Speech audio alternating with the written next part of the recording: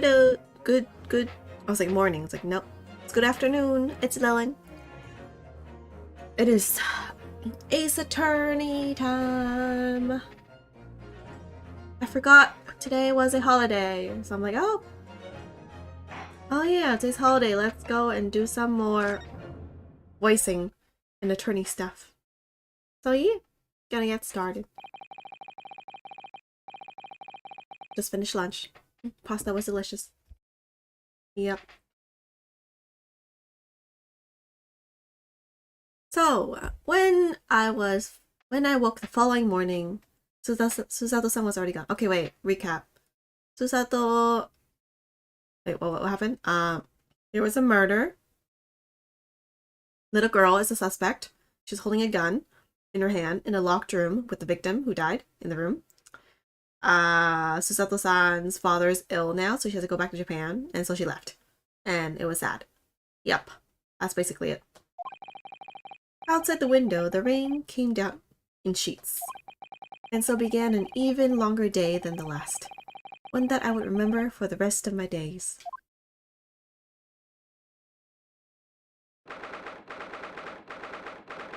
"17th April, 9:32 a.m. Old Bailey Defendant's Antechamber. Finally, trials! It's a trial! Good morning, Gina. I'm determined to prove your innocence today. Oh yeah, she finally let me defend her. I'm sure we can do it. We can't do it? Oh, we're your friend then. Sorry? She left, you know. You know, her in the fancy dress. Susato, or however you call it.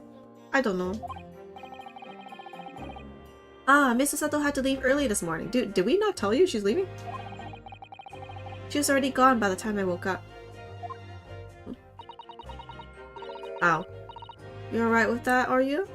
Oh, she was my helper the whole time in all my trials. Forget about me if you're like, go and see her off. It's fine.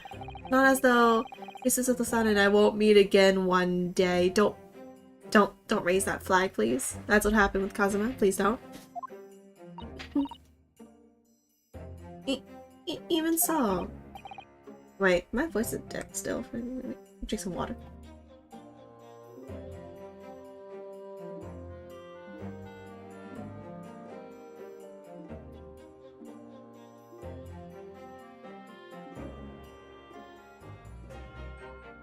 My throat always gets scratchy after I finish eating for some reason. But you, Gina, you only get one chance. This trial today is all we have. I think we have a couple days, right? Good morning, you two. Yep, I knew it. How are you feeling, Jeannie? Did you manage to sleep? Oh, cute cat. Can you bring cat in court only? Ours. What are you doing here? What do you mean? When a friend is in need, we show our support. Isn't that right, Wai? Waka hi, man. The cat man. The cat name. Hi! Great way to show your support, kitty. Actually, I feel like you should not be able to have pets in the room. Let him have a nose round.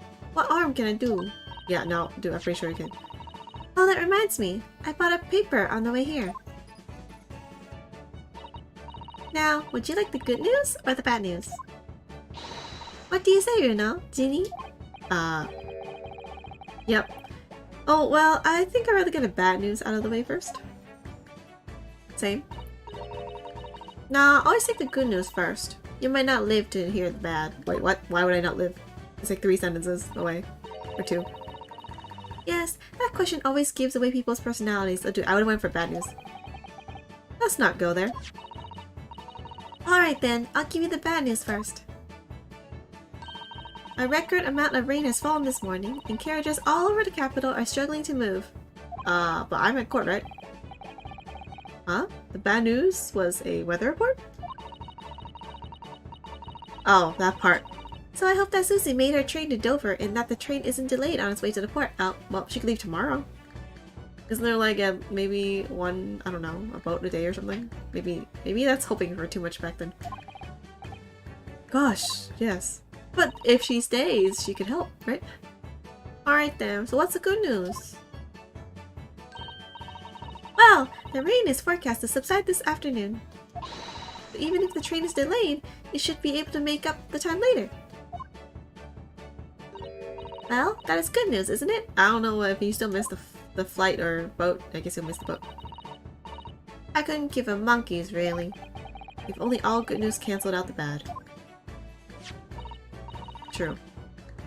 And look! This trial has made the headlines too! Pawnbroker perishes in pick-purse plunder. Wait. Is that one of those she sells seashells by a seashore thing? Pawnbroker perishes in pick-purse plunder. Oh god. Can't say that. How you like that? Well, let them say what they want. See if I care. I can't because you're covering your face. Oh, see if she cares. Don't worry.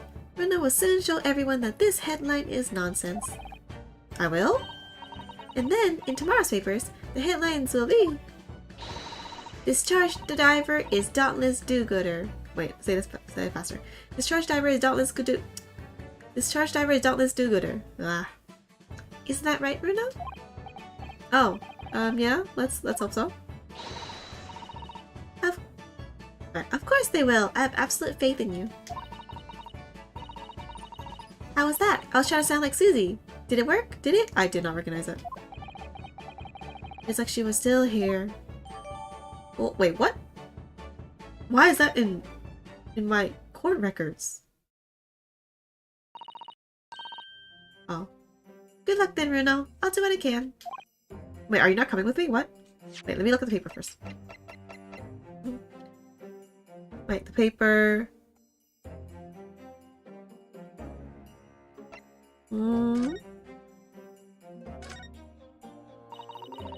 Pawnbroker perishes in pick-purse plunder. How awful. For Ginny, I mean. Tomorrow's headline will be this, right? Something like that possible like to go even bigger. What? Protects planet post-trial. What? What kind of headline is that? I just realized my avatar covers her face. No helping yet though. Protects planet. Well, I can't wait for tomorrow now. It's gonna be great. Is there something in the back or something? There's a sensational story lower down the front page as well. Look. Ministry mole? Classified secrets may have been leaked overseas from Ministry of Justice. Wait, what? This is the big case that, what was it, Strongheart was talking about then. For 10-year-old, Iris certainly has her finger on the pulse of world news. It's about secret communications between Great Britain and its allies. Apparently, they're being intercepted by hostile nations. Communications are being intercepted, but how would somebody be doing that? That's the question, isn't it? I've come up with 3 different possible methods so far. You're looking for a new career, Rita? What? No, of course not. I wonder, perhaps this is what Lord Strongheart was talking about yesterday, yep. Yes, it could be. And it could explain why he has Grexy running from pillar to post at the moment. I mean, national secrets, I guess that is definitely a way bigger story than just pickpocket murder.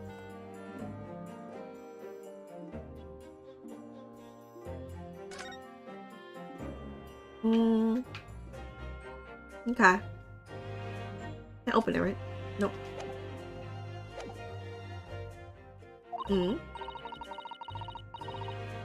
Obviously, I don't know the law like Susie does, but still. Oh, wait, when did she get that? I'll be by your side the whole time, giving you moral support and encouragement. I'm not sure that big thing is as comforting as you think it is, to be honest, but thank you, Iris. That's very kind of you. Oh yes, Iris. Yes, Jeannie? Well, I was wondering, is all, about Holmes. Did they fix him up alright? Yes, the operation was a great success, but Berri still hasn't come around yet. Eh? I've asked a friend of mine at Scotland Yard to send a telegram as soon as he wakes up. I'm sure Gregson will let us know the moment there's news. No worries. He's too much of a fan of you. Oh, right. No Susato-san, and no Holmes. It's all down to me today, to prove that Gina is innocent of this crime. Miss Gina Lestrade, Counsel for Defense, the trial's about to begin. Oh, hello, Sir Gods. Another great trial today. Actually, no, first trial today. Yay! Please make your way into the courtroom. It's time then. Yes, let's go, Gina. Ours. I know, there's no one helping me today. Just two little girls. Lead the way, Runa. Two little girls. And one of them's being accused. Poor Gina. She's trying to put on a brave face, but I can tell she's worried and scared. I have to believe in her from start to finish. That's the weapon that will secure victory here. Oh, Kazuma! If I learn anything from my great friend, it's that. Ah. To be continued.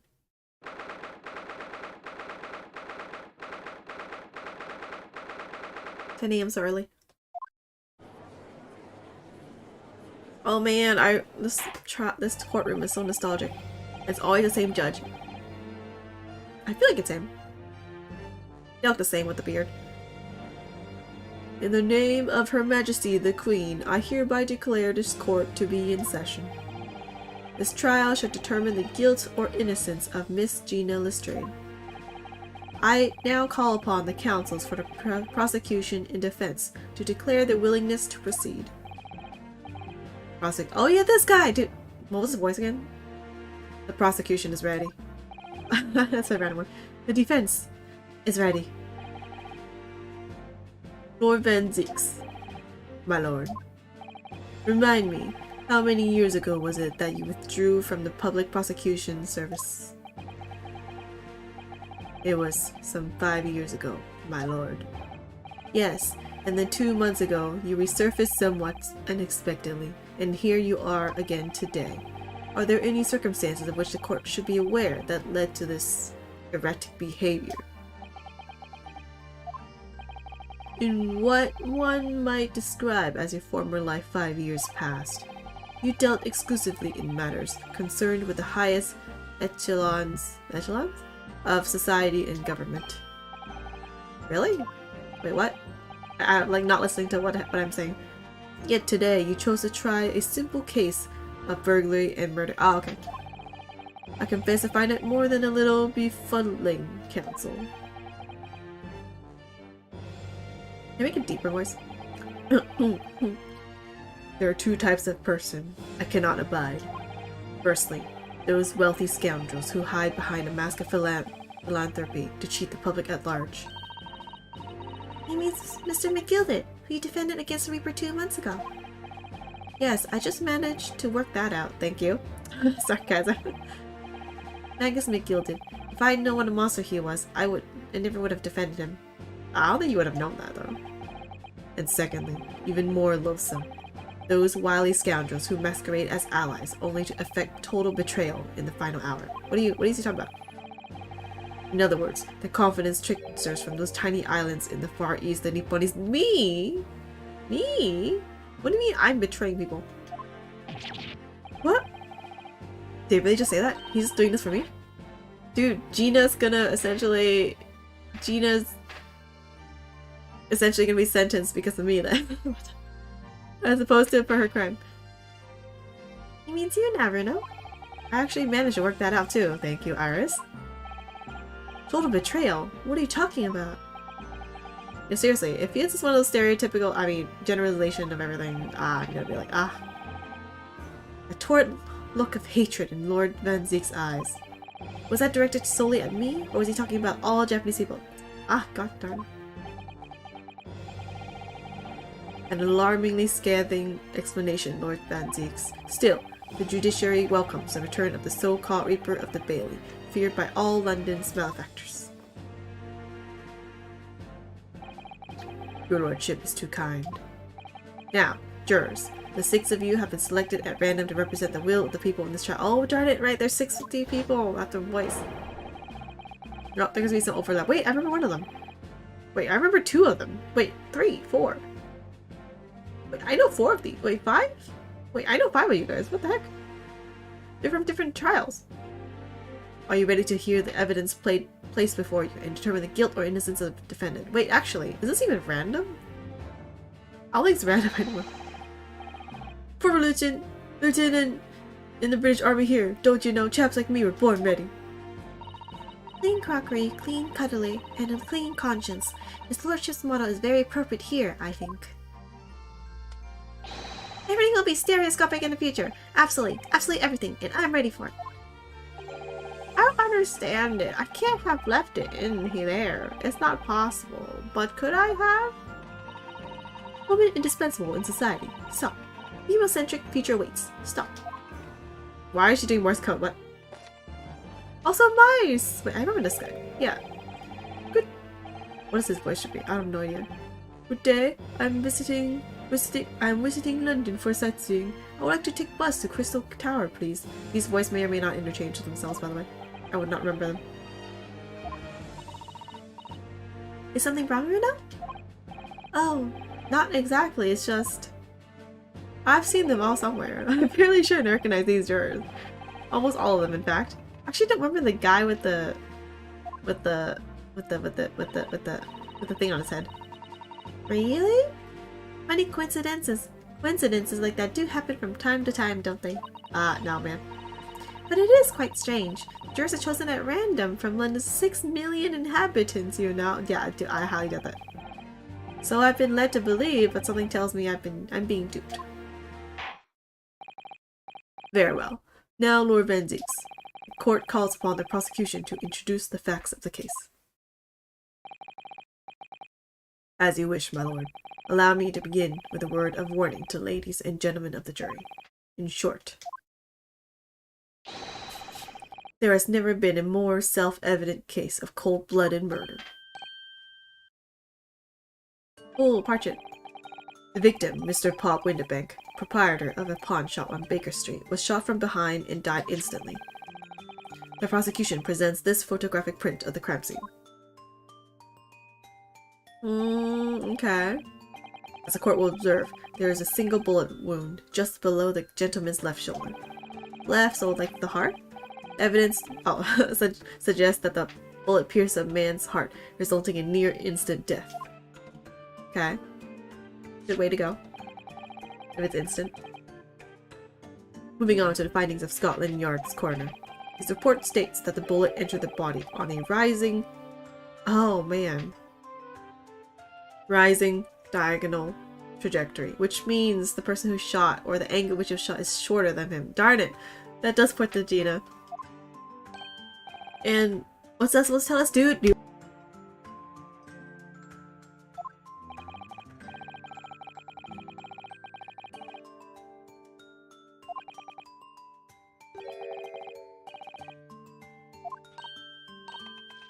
Oh, dude, I was like muted the whole time. I was muted the whole time. Oh well. That's right. When did I mute? Oh well, it's been a while. Okay. It's okay. Silent commentary. The prosecution wishes to present the autopsy report and crime scene photograph as evidence, my lord. I think I was muted though, right? Maybe I wasn't. I have no idea. Oh, kind of like now. Indeed, the court accepts. Hand them to the bailiff, please. Autopsy report has been entered. Let me look at it. Crime scene photograph has been entered in the court record. Wait, let me look at it first. Oh, rapidito, kamisi. Dude, I was muted. Darn it. I'm so sad I didn't didn't notice. I actually don't know what the point of this actually really is. It doesn't really show anything clear, really. Yeah, it doesn't really show anything. I was muted. Alright, details of victim, name, Pop Windibank, occupation, pawnbroker on Baker Street, time of death. 1 to 1:30 a.m. Reporting me. Seeing a bullet wound in upper half of victim's back. No other visible signs of trauma. Oh yeah, what I was gonna say was that Yunosuke, how did you not notice? It's an upper diagonal trajectory. And then he's like, what is that? What do you mean? What does that imply? And I'm like, dude, Yunosuke, keep up with the times. Anyway, darn it, I have to make that joke again. Autopsy findings, instant death from enter from the back on a gently rising diagonal trajectory. Yep. Okay.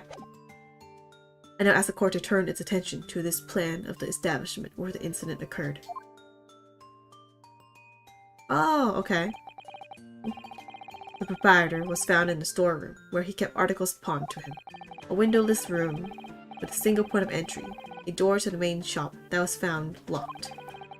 In this sealed chamber, there were only 2 persons present. The victim, Mr. Windibank, and the accused. Gina. It may further interest the court to know that when the accused was discovered at the scene, she had in her hand the gun used to fire the fatal bullet. Yeah, it's pretty bad. It's pretty bad. Well, that's that then, isn't it? Nothing more to say. Isn't that grabbing little girl a pickpocket anyway? It's one of those filthy drabs that live in the slums in the East End. Oh well, it was only a matter of time before she got blood on her hands then. What are the jurors waiting for? The girl's guilty as hell! We can't jump to conclusions here. We mustn't assume her guilt because of what she has to do to survive. And the thief. Although again, it's pretty... That's pretty, conclusive evidence, actually.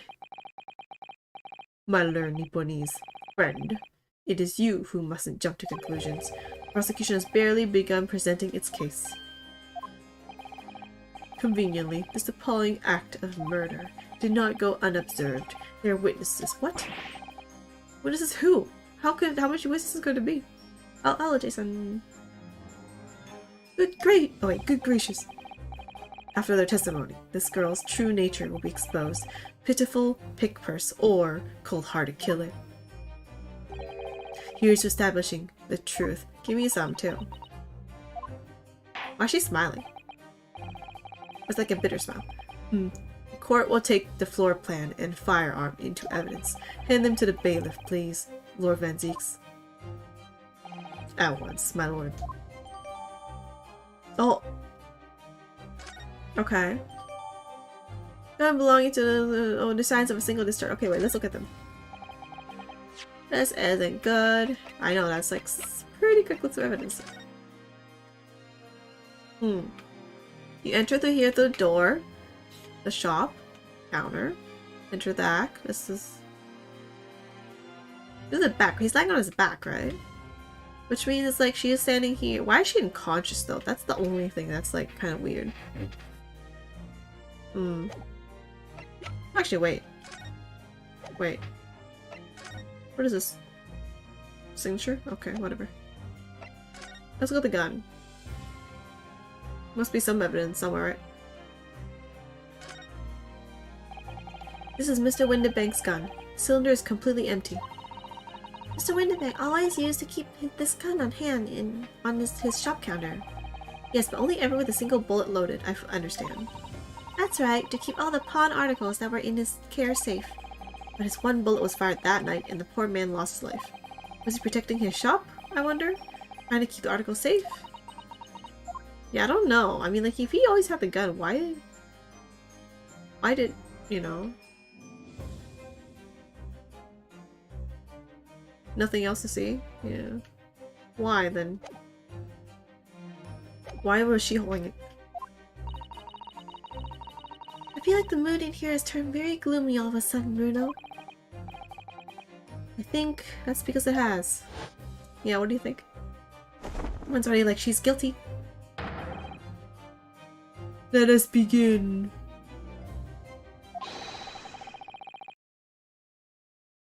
Bring forth the witness to the foul murder of Mr. Pop Windibank on 16th April this year. Darn it, we got witnesses. Oh my god. Wait, why is there 3? Wait, no, they're thieves, aren't they? Also, why are they holding fruits? Out of court. Then again, he has wine, so I guess I can't really say much. Witnesses, state your names and occupations for the court. Name's Nash Skulkin. Occupation is baddie. Professional baddie. What does that mean? Name's Ringo Skulkin. Occupation's same as him. Tobias Gregson. Scotland Yard Inspector. Ah man, dude, they look the same. I don't remember their voices anymore, and I just voiced it. That's right. We're what they call the three Skulkin Brewers. What? Like brothers? Why are they looking at him? What are you looking at me like that for? Don't let me in with you lot. Or blimey. Actually, let's go with this one. Or blimey, that's cold. Don't you know what we're going for? It's our older bruv. Lost contact with them we have. So we're scouring every shady corner of the capital. And then last night we come across you, the very spit of the block. Ain't that right, Ringo? Wait, his name's literally Ringo? Oh, God. Oh my God. Ringo is the apple in Japanese, and Nashi is pear in Japanese. Oh God, man. The names.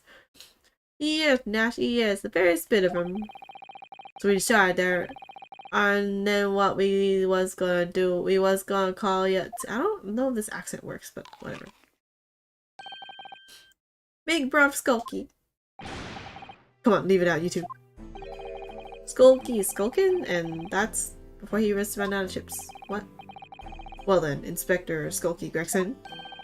Beg your pardon, my lord, but the name's Potobis. What I would like to know, Inspector, is what you are doing in the witness stand. The Skulkin brothers are currently under arrest, my lord, on suspicion of theft. It's too many guy voices. Too low guy voices. Thieves, are they? These three? No, my lord. Begging your pardon, but please don't lump me in with this lot. 2 nights ago, these two brothers illegally entered an establishment with intent to burgle. And in the course of their nefarious activities, they become embroiled in a far more sinister crime. By Jove! Do you mean to say? What an extraordinary coincidence. Indeed, my lord.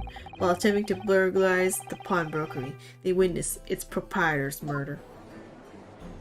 Why a skull? Oh my God, he's on a box. It's like Ikan Shoujo knows like a good. Draw everyone on boxes. Order! Order! Various trespasses of these brothers is not the subject of today's proceedings, though they will naturally face trial in the very near future. Dude, they must have killed the guy and then pinned it on the small girl. With your lordship's permission, I like to remain in the stand to keep these gents on the straight and narrow. Of course, Inspector. Skeptical as I am about the caliber of these witnesses, I will permit them to take the stand. Dude, if you call her a thief and then say she probably committed murder, how are we gonna say that these thieves are not gonna lie either? It's like what? Mr. and Mr. Skulkin, you will now testify before the court. Describe the events of the night in question and what exactly you saw. Happy to. Cause Skulkin's never Skulkin. What? I look away too. Get out of it. Okay, witness testimonies. Oh. We was walking down Baker Street in the small hours and the gaff door was ajar, see? It was like some kind of sign begging for us to go in, it was. Once we got inside, core blimey, we heard a gunshot from the back room. We went to see what was what, but the door was locked from the inside. We never done nothing, Governor. Governor? We never took nothing. We just left after that, nice and quiet. We didn't take anything. Terrible coincidence, it would seem. At the precise moment these miscreants entered the property, an even more sinister crime was afoot. You mean such a great coincidence that they happened, in quotation marks, to see this happening? The witness testimony is consistent with the crime scene in every detail. But yeah, I can't really see anything. What's any contradiction? I have to re-look at it and check, but The door providing access to the storeroom from the main shop was indeed locked from the inside. And within, only the victim and the accused were found. I must say, it does appear to be an overwhelmingly simple case. Still, the defense may cross-examine the witness now. Of course, counsel, if you please. Yeah, I changed his voice. Counsel? Yeah, yes. What's the matter, Una? Sorry, I was just stunned into silence for a minute by the blatant lies being told by the parents that, wait a minute, Nunosuke, dude, now I'm the one that's not catching up with the times. I know that's all nonsense because I saw it with my own eyes. Although the only thing I think is, couldn't they have seen what happened through the flap? I'll just have to expose their testimony for the pack of lies it is. Okay, wait. Maybe I wasn't reading it properly. That's okay. I noticed. It's okay. I can do it. Legal entry, right? He was walking down Baker Street in the small hours, and the gaff's door was ajar. It was ajar. Let's question everything. Press. Front door window banks was ajar, you say? What time of night was this? Must have been about 1. Right, Bingo? Bingo? Yeah, I'd say so. Right, Skulky? Dude, I was not there. How would I know? The place would have been shut at 1 in the morning, just like every other shop in town. I know, right? Well, wait. Well, it was pitch black inside, it's true. Ain't that right, Bingo? Pitch black, okay. I'm not so sure, Nash. I seem to remember a little light burning inside. What about you, Skulky, me old mucker? What? Can I see his reaction to? Leave me alone. There definitely was a small lamp burning inside. Was there? I don't remember. That's what alerted us to the situation in the first place. Oh, there was. And when these gentlemen ventured into the open establishment, the accused, Miss Gina Lestrade, already had the muzzle of her gun trained on the unfortunate victim. Wait, what do you mean trained? They didn't see anything. Yeah, what? Stop saying stuff, right? That is pure conjecture. Perhaps, but it changes nothing. Yeah, don't make stuff up, dude, though. These brothers inadvertently wandered into the middle of a cold-blooded murder, simply because they found the door of the victim's establishment open and ventured inside. Right, that's what happened. It was like some kind of sign, begging for us to go in. It was... What? I wouldn't say. Why would you say that? What are you trying to suggest? That you had to go in? Well, God moves in mysterious ways, they say, don't they, Dingo? They do, Nash, they do. It must have been some sort of providence, I reckon. God's will often present itself as a whim of thieves, does it? It weren't no whim, I'm dead sure of that. It weren't, Nash, it weren't. Like we said at the time. You just don't find doors open in the middle of the night like that? Nah, there's no two ways about it. It was a sign that our old long lost brother was inside. Wait, what? They're not very good liars, are they? Well, you can't deny it. It led us to a broken what looks just like our brother. Wait, that means there's a third person there. Wait, what? That means 3 people. I said, cut it out. Those chips are getting it chopping today. I want chips now. Wait, I have some potato chips though. Once we got inside, of course, blimey, we heard a gunshot from the back room. How'd you know it's back room? I guess he would have known. Oops, wrong button. I guess he would have known it's back room because it's not in this room. A gunshot, you say? Just the one? Wait, yeah, that's true. There should have been 2 shots. Sherlock was shot too. Are you sure about that? Yep, just the one, Governor. I can swear to that. I don't know why they have a Texas accent. That's the only one I can do, I think. It was, Nash, it was. Ain't that right, bro? Farm used to belong to the victim himself. Yes, Mr. Winterbank always used to leave his gun lying around on the counter. Right, I remember. When we examined it, we found the revolver was completely out of rounds. That makes sense. Mr. Winterbank always used to say he only ever kept a single bullet loaded. That's true, I remember him saying that as well, yep. So we can say with considerable certainty that only a single round was discharged from the firearm used as a murder weapon. Yes, my lord, we can. And I should remind the court that the firearm in question was discovered in the hand of the accused. Wonderful. Yeah, no wait, that was weird. It was one shot.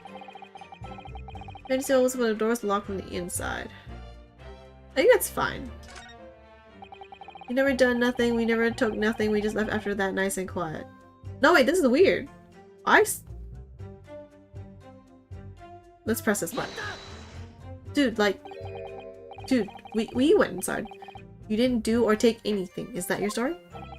Well, it was bedlam soon as, weren't it? It was, Nash, it was. Didn't even have time to pull me dukes out, me lace, Lucy lockets. What does that mean? So with no time to take your hands out of your pockets, you just left nice and quietly, you say? That's right, Governor. Nothing we hate more than violence. He's loving nibblers we are, not bludgers. We are, Nash, we are. Never even pulled me dukes out, me Lucy lockets. You say the same thing again. So you clearly like us to believe. I know, right? Come again? As you fled from the pawnbrokers that night, you didn't shoot. Did you not run into anyone else? And did you not fire a gun at that person? Since alive, they fired a gun, you say? Yark! Blimey, Governor. You ain't telling us it was you in the doorway? Oh, dude. Oh, that was so obvious, man. It was. Why the bleeding, Nora? Didn't you mention that before? You were armed with a gun, and as you fled the scene, you fired that gun at London's greatest detective, Sherlock Holmes. You shot the great Sherlock, Mr. Holmes? I didn't hear that, actually. Nurse Aurora, he'd been rushed to the hospital. The great Sherlock Holmes, that's beyond the pale. On the night in question, this pair were arrested by the police within minutes of the discovery of the crime scene. Suspicions countenance rapidly gave them away. You mean their mask? Their thief mask? Or is it shadows? I actually can't tell. It looks like masks.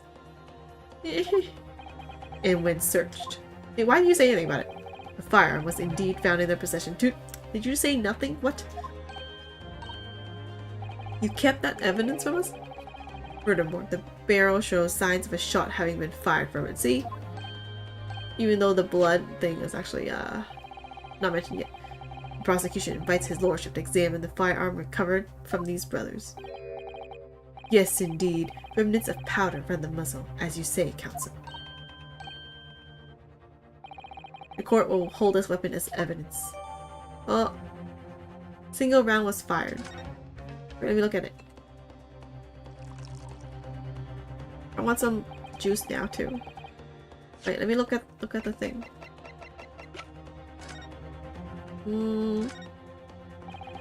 Can't find anything out of oh, what? So, there's ammunition still loaded in 5 of these revolvers' 6 cylinders. Yes. Yes, which tells us that only a single shot has been fired from it. Can you not just put a bullet in there? Like shoot 2 and just put 1? So it looks like you fired at 1. Exactly. Bullet that hit Hurley, in fact, isn't it? Yes, it happened almost as soon as we walked in through Windibank's door. I'll make those brothers pay. Oh god. They should have done that in like a deeper tone. I'll make those brothers pay. I'll make those brothers pay. Yeah, let's go with that. Okay, I'm good. Now, my learned Nipponese friend. Yes? Here's to you successfully presenting the evidence. What? For, yes, there are telltale signs of spent powder on this gun and a single bullet missing from the cylinder. The prosecution demands evidence that was fired at the scene of the crime under scrutiny in this trial. Wait, there was the calendar and the blood. Well, I don't need evidence. What? Because I was there. Can you do that? Can you do that? I'm like involved and I'm the defense lawyer. Like I'm like biased kind of.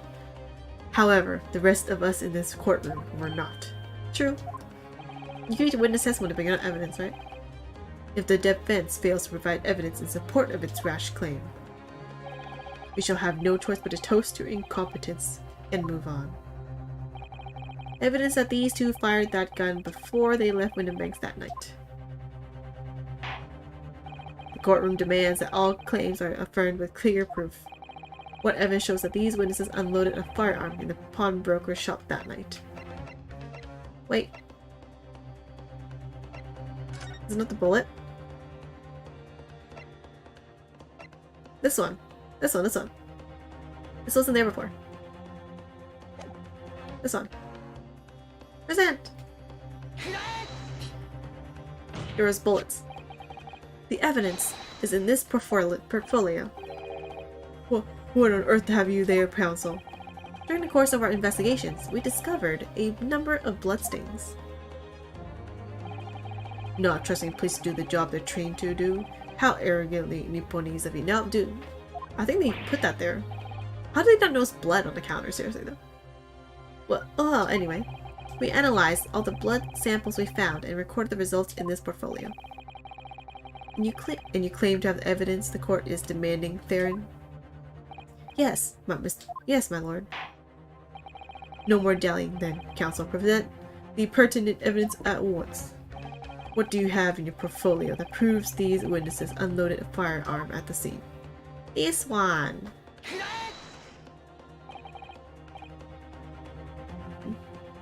What is that? Explain. It's a photographic print taken at Windibank's pawnbrokery on the day of the incident. From the scene of the crime, is it? Yep. Is that a bullet hole? And if my eyes do not deceive me, it appears a bullet is still lodged there. Yeah, you can compare that bullet to the other bullets, right? Or something? Yes, as your lordship noticed, the bullet pierced Mr. Windibank's calendar. The date shown being the 16th of April, the very day of the pawnbroker's death. Oh yeah, there was that date too. I forgot. Incident occurred at 1 hour after midnight, but this indicates that a separate shot has been fired sometime after the calendar has been set to the 16th. That's right, and while it isn't irrefutable, the defense believes this is credible evidence that the witness did fire a round from the gun in the pawnbroker's night. Yeah, but that doesn't help the fact that it would have been better if we said that they were the one that shot the guy and not her that shot. This doesn't help that. It doesn't contradict that. No. I mean, all that means is that it was attempt murder? I don't know what you call it. I guess attempt murder? Order. How does prosecution stand, Lord Van Zieks? Yeah, there's nothing to say. Doesn't contradict anything.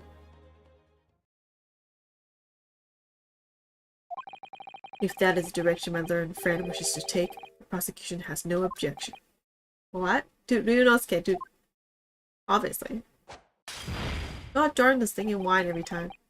But you forgive me for flinging my hallowed chalice aside in disgust at the repugnancy it exposes. Yes, on the night in question, these brothers entered the pawnbrokery illegally. And like the bold baddies they claim to be, opened fire on the new arrivals before fleeing back into the street. Yeah! Take it easy there, Governor. You're gonna land us in the soup. Yeah, the deal. You weren't gonna get into the details. Huh? What do you mean take the deal? Isn't that, like, also not good? And, like, it's not legal or something? Tell him, Skulky. Accept the block straight. I have nothing to add. What? So he knew, did he? Van Zieks knew their testimony would almost certainly expose the extent of their crimes. It would seem now that I owe my learned Nipponese friend a word of gratitude. What do you mean? Yeah, dude, it's just that you confirmed that it wasn't them that shot the guy. What I mean is that you have helpfully confirmed an important fact. To what fact do you refer, Lord Van Zieks? As has established at the point of their arrest, a single shot has been fired from the brother's gun. However, if that shot found its target in Mr. Holmes, then clearly these witnesses cannot be accused of the fatal shooting of the proprietor and victim. Dude, how did you not notice, dude? That was good. Yeah! In other words, these two men are innocent of the murder and therefore it's the only other person left in the room, which is Gina, is the only one that could have did it. Well, not exactly, but it helps that. Have no material connection to the murder of Mr. Windibank at all. So that's it. Oh my god, what the hell? They missed the thing. That's it, we have nothing to do with it. We didn't, Nash, we didn't. That's what I reckon. The crimes include unlawful entry, intent to steal, perjury, and let us not forget, attempted murder. Quite a catalog here, fellas. We're in for it now, bruv. Now then, let's take a moment to consider the aforementioned great detective, Mr. Sherlock Holmes. It would seem the man patronized the pawnbrokers in question somewhat regularly. Where is he going with this? Seriously.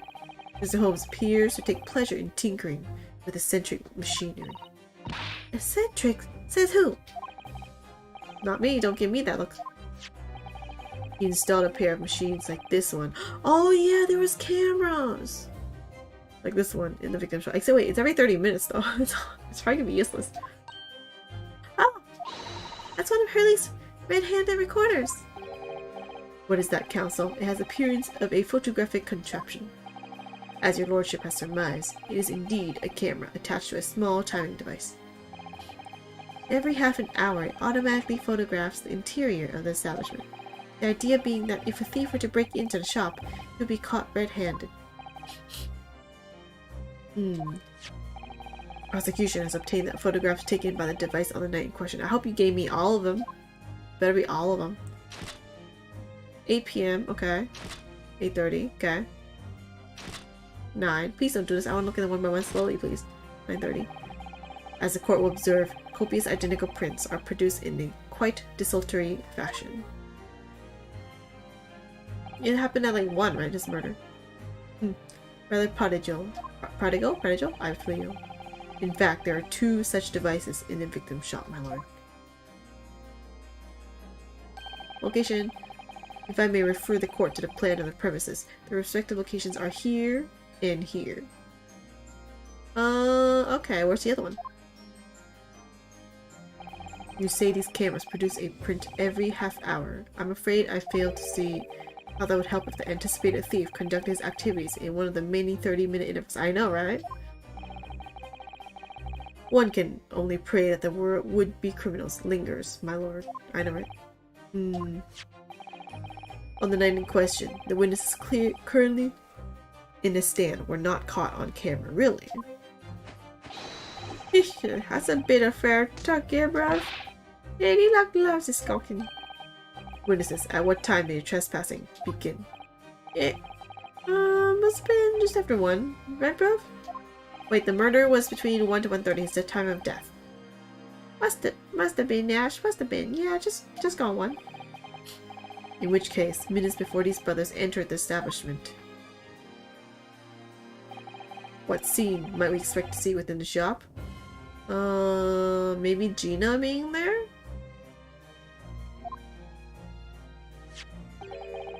Let's examine the evidence. Oh my god. Oh wow, this certainly does not help our case. I thought maybe someone like put the gun in her hand after they shot her. Or after they shot the guy. Knocked her unconscious and they put the gun in her hand. But like, dude, this... I mean... She was probably threatening him. Like, give me the key or whatever to the place. Or give me the place that has the manual she's looking for. And let me look at it or something. That's probably what she said. And threatened him with like, his gun. But, oh my god.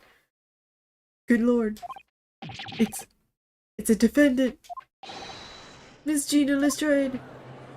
Yeah, it doesn't help. As the court can clearly see, the accused is pictured, gun in hand, facing the victim over the shop counter. I mean, it's still outside though. It's not the conclusive evidence, but it's pretty close. No doubt coercing the proprietor to open the door to his storeroom. Yeah, too. Quite. One can only too easily imagine the events that unfolded. The court will take this photographic print as evidence, if you please, counsel. I'll turn it.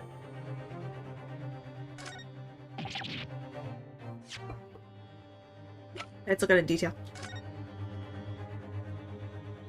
The cat's there. 1 a.m. I don't really see anything out of place, really, I guess. No, she's wearing her coat. I guess not. I don't believe it. Teeny! In short, the accused is the only person who could possibly have killed Mr. Winterbank.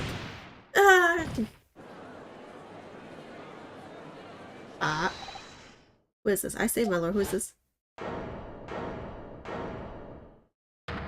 Oh, this guy?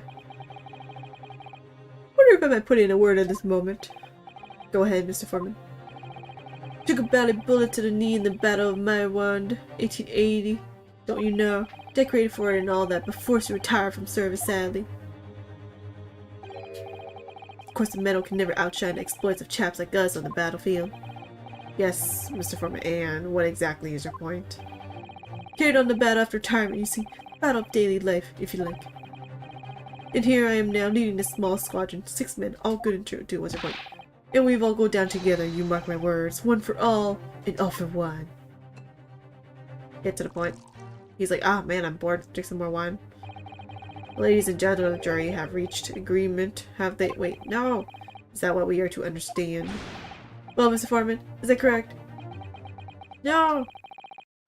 In a matter of speaking, yes. That is this Garrett Dib Squadron's position, sir. How did y'all talk to each other, even though you're all sitting, like, side by side? Status report for the court, men, on the double. His lordship insists on promptitude at all times, and that goes for making decisions, too. I think you'll find truth as clear as day now. I can reach out and touch it. I wouldn't have left it in there. I just wouldn't. But in all honesty, I can't actually remember. Wait, what the heck is he doing? Situation clear. Stop. No room for doubt. Stop. Truth undeniable. Stop. I'm very, very sorry for brothers. They are unlucky. Very well. I now call upon each member of the jury to state his or her leaning in this matter. Announce your considered verdicts to the court. Dude, it's too early. You say. Too early. You say. You say. You say. You say. Use I. That's awesome. Just too early.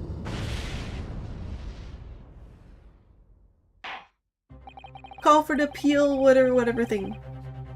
It does appear that the jury is unanimous in its leaning already. That photograph! It must be the definitive evidence that Rexon mentioned. But T didn't shoot him! I know, right? No, of course not. My lord, the defense wishes to assert its right to a summation examination, like always.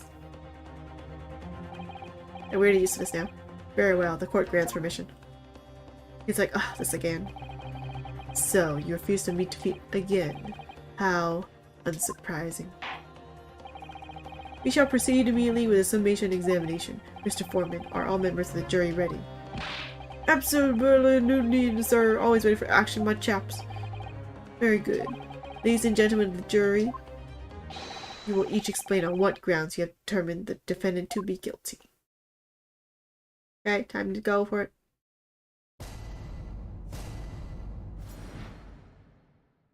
The jurors' contentions. All the evidence clearly points a finger of guilt at this young pickpocketing. As a housemaid, I should like to see all filthy eyesores promptly and rigorously eliminated. I think you'll find that if you look at the photograph in stereo, the truth will just pop out. Oh, he's just the stereo guy? Oh, that's what this contraption was. If I have left it in there, I should think there'd be repercussions by now. Did you do surgery on someone and actually leave like something inside their body? Which is my worst nightmare, by the way, of surgery. If I ever have surgery, I want to be knocked out, but I want someone I trust to like watch over the surgery to make sure nothing weird is happening. But like, I guess they wouldn't know that, and I don't think they would let me do that anyway. But anyway, that's my worst nightmare, I swear, for surgery. Mine. Made up. Stop. Global radio transition. A verdict to stop. Follow. Stop. In motherland, we say never judge others, judge by head. I am convinced brothers are innocent. His voice changes continuously. The circumstances of this crime and evidence do indeed implicate the defendant rather comprehensively. The store, locked from the inside, in which the victim and the accused were discovered alone, and in the accused's hand the fatal revolver, the firing of which was heard by these witnesses. Not to mention this print! Yep. Take it from a chap who's seen action on the battle. That young girl's on the verge of pulling the volley trigger. Is it? It is. Is it like, is the safety off? It looks like it's off. I can't tell though. I never touched a gun before. Thanks a lot, Mr. Holmes. yeah. This is Mr. Holmes thing. Oh dear, Hurley's cameras were supposed to help, not hinder. I'm afraid I think you have an uphill struggle ahead of you. But Gina didn't shoot Mr. Windenbank. Which means there's more to the situation that we've yet to see. Agreed. You have the floor, counsel. Proceed with a summation examination. Okay. Let's start. By myself.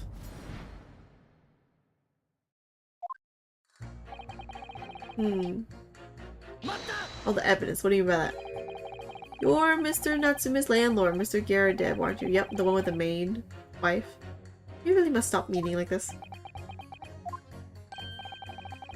Ah, you're your lawyer chap. Well, there's a turn up for the books. Yes, rather a turbulent time we had back then. Some extraordinary events took place at your house, that's for sure. Wait, why are you having small talk right now? Luckily, Mr. Holmes and I were able to get to the bottom of it all. I think we did rather a lot for you, didn't we? You're saying, ah, we helped you out, didn't we? Huh? What are you doing? Do us a favor. I mean, obviously, I wouldn't be suggesting that therefore you should change your leaning to not guilty or anything. Dude, or should this also illegal, or not legal, but like, bad practice in court. Can't be denied, I suppose. The curse of the Gyakuten house was the talk of the town after that business. Lodgers moved out and I couldn't get a body soul to take up the tenancies. Oh. Haven't had the heart to break the news to Jody yet. Bad enough that the old girl's clapped up. Yes, can't be denied. You did do rather a lot, but not for us, that's for dash certain. Oops. That's for sure he doesn't like us, huh? I suppose not. Of course. There can be no suggestion of that being the reason I'm leaning towards guilty here, obviously. Obviously, but honestly, I really wish he'd pay more attention to the trial. And let's do juror number 2. Oh, is he looking at juror number 2? As housemate, I'd like to see all filthy eyesores promptly. Well, no, you can't do that. You can't judge them. Polishing the bench, I see. Again? Maid's work is never done, and the blemish must remain. What exactly do you mean by filthy eyesores? She's a thief? On my way to market. For his lordship, I have to pass through the east end. The place is full of beggars, pickpursers, and crossmen, scum of the earth. A little harsh, perhaps. Let me be plain. If it were up to me, all those back slums will be made spick-span or eradicated. At least we have people like the great detective working to achieve these important goals. You're referring to Mr. Sherlock Holmes? That's right. I like to keep abreast of his exploits by reading Rand's magazine in between my duties. He does wonders, cleaning up London streets, oh. In my opinion, he should be declared an honorary maid of the capital. Mr. Holmes? A maid? I mean, if you think about it, I guess. It's really quite unforgivable. Gutter scum having the audacity to shoot our very greatest detective. Oh, you're talking about thieves? Not the girl? Minor detail, it was the 2 brothers in the stand who shot Mr. Holmes, not the defendant. Minor detail indeed. They're all gutter scum as far as I'm concerned. Okay, sure. Well, it just might be an idea to get our facts straight anyway. Yes, alright. I shall amend my statement. Oh. Those brothers are the scum of the earth. They should swing for shooting the great detective.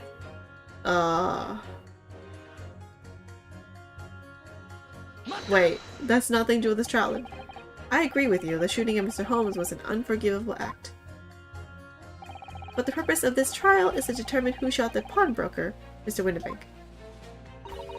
I'm afraid you're splitting hairs, sir. Sorry? Whether it was the thieves or the pig purse, it was still gutter trash I shot the pawnbroker in the end.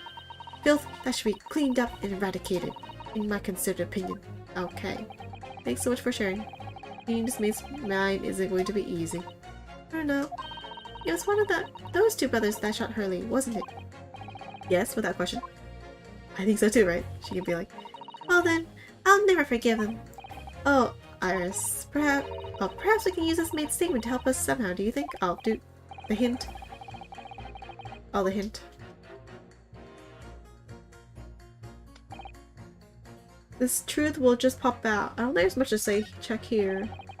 I left in there. Wait, what the heck have you been talking about this whole time?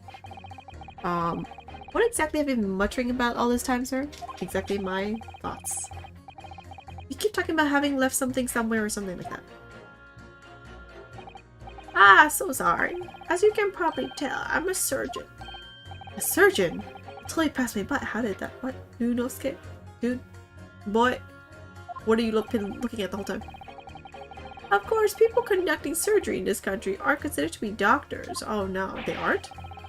Even though me and my kind are at the forefront of medical science, the real brains in the field. I know, I thought they're like the best, no? Maybe it is now, but not before. So what is it that you think you've left behind? Ah, well, that's a little embarrassing to be honest. You see, I was operating on someone yesterday. Standard thing, went in through the abdomen.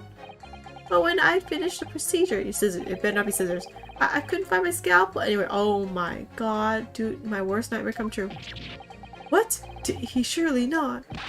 Exactly, surely not, you say to yourself, don't you? Worrying, isn't it? That's what we've been troubling me this whole time.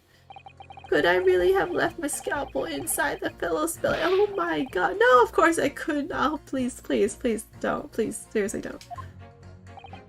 Oh, there you have it. Like I said, a little embarrassing, really. Wait, that's cool. That's terrible, but also nothing to do with trial. That's one way of putting it. The other is manslaughter. That's exactly my concern, and seeing as this case appears to be all but sewn up, I need to focus on trying to remember exactly what I've sewn up elsewhere. Now, I'm sure I made sure everything was back as it should be. Well, as sure as you can be without being sure. I'm sure you need to be even more sure. Please, for the sake of that patient.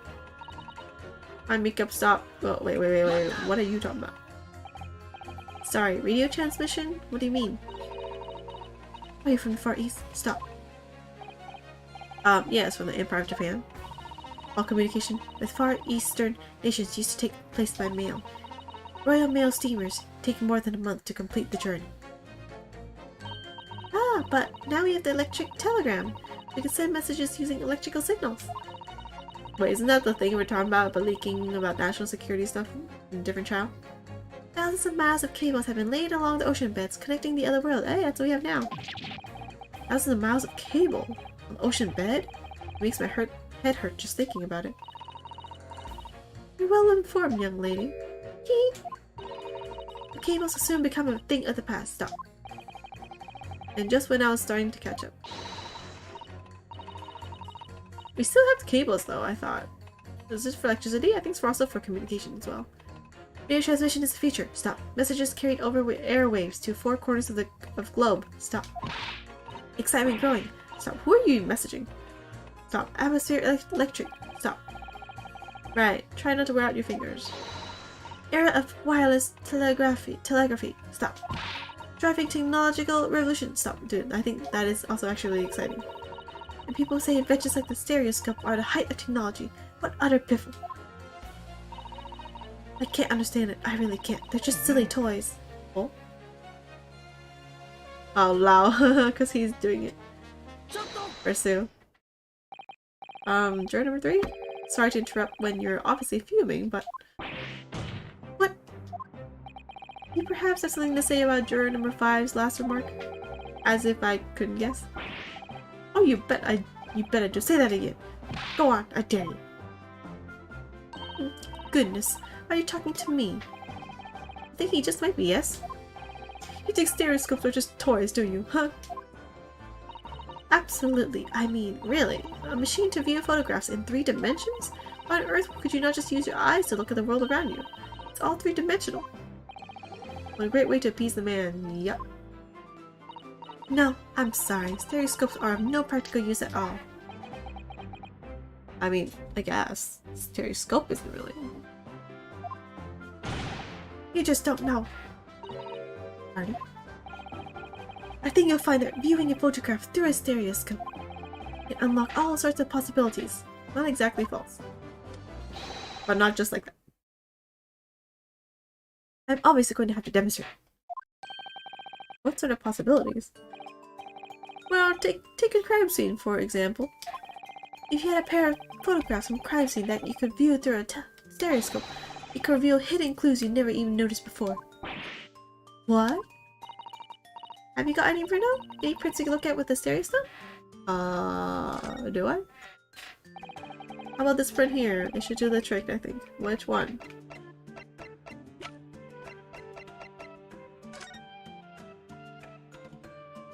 I don't know. Can we use this one? Alright then, juror number 3. Are you saying you can do this with any 2 suitable photographic prints? I mean, you just look at those 2. What? It's not like you would, like, do anything or anything. Of course I can. Very well then. I'd like you to demonstrate. I'll be delighted to. Just give me one other print and I'll amaze you all.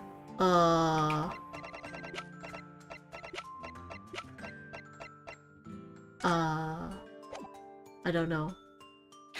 This one? Wait, sorry? What do you mean, one other print? I know there needs to be 2, but... Oh dear, don't you have these in the Far East? Do you know how stereoscope works? I don't know. What? You need 2 photographs for a stereoscope, remember? Ah, yeah, I do. Oh, yep. One for the left eye and one for the right eye. Yep, okay, my bad. Oh, yes. Remember now. The print we have from the pawnbroker is just a normal photograph. No. I think you'll find. But the clue is in the name. It's a stereoscope, not a monoscope. You always need 2 prints. Thanks for the friendly explanation. Well, if we obtain another print at some point later in the trial, you can always show it to this young man then. Can't we just do it by ourselves without using it? You just stare at 2 photographs. You don't need the machine. You just do it by yourself. I think you'll find that know-it-all expression is really starting to annoy me. Let's get things back on track then, Council. We're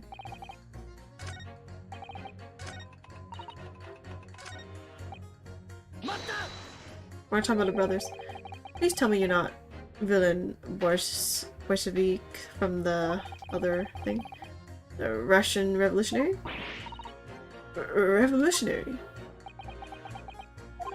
Yeah, I believe there is such a rumor. It's just a rumor? As you see, I have unfortunate appearance. I look like a vicious criminal. Your words, not mine. Just want to point that out. People call me revolutionary. Murder. What the crap? And which gloves fit? What is that book? Good day. I am visiting London for sightseeing. I would like to take bus to Crystal Tower, please. He's tourist? Right, that didn't sound staged at all. But forgive me for having my doubts. To be treated like a vicious criminal all the time is very painful. People do not realize. I have much sympathies for these brothers. People say they are criminals only because of how they look. We're not talking about those people though. The Skokin brothers? Yeah, maybe they went inside pawnbroker's shop, but they have done nothing wrong. That is what I want to say. They did nothing wrong that night? Like what? Alright then, well, first of all, that's one not so little misunderstanding I'll need to clear up straight away. Wait, tell me something, Iris. What is it, Runa? Jurors are chosen at random from the inhabitants of London town, aren't they? Yes, it's amazing, isn't it? In that case, how is it that there's a Russian tourist sitting among them who looks for all the world like a revolutionary? I wish I knew. Wow, okay. I can't change the minds of more than half of these jurors. The trial will be over. Well, you know that Genie would never shoot anyone. Yes, we need to find contradictions in what these jurors are saying and pit them against each other. Okay.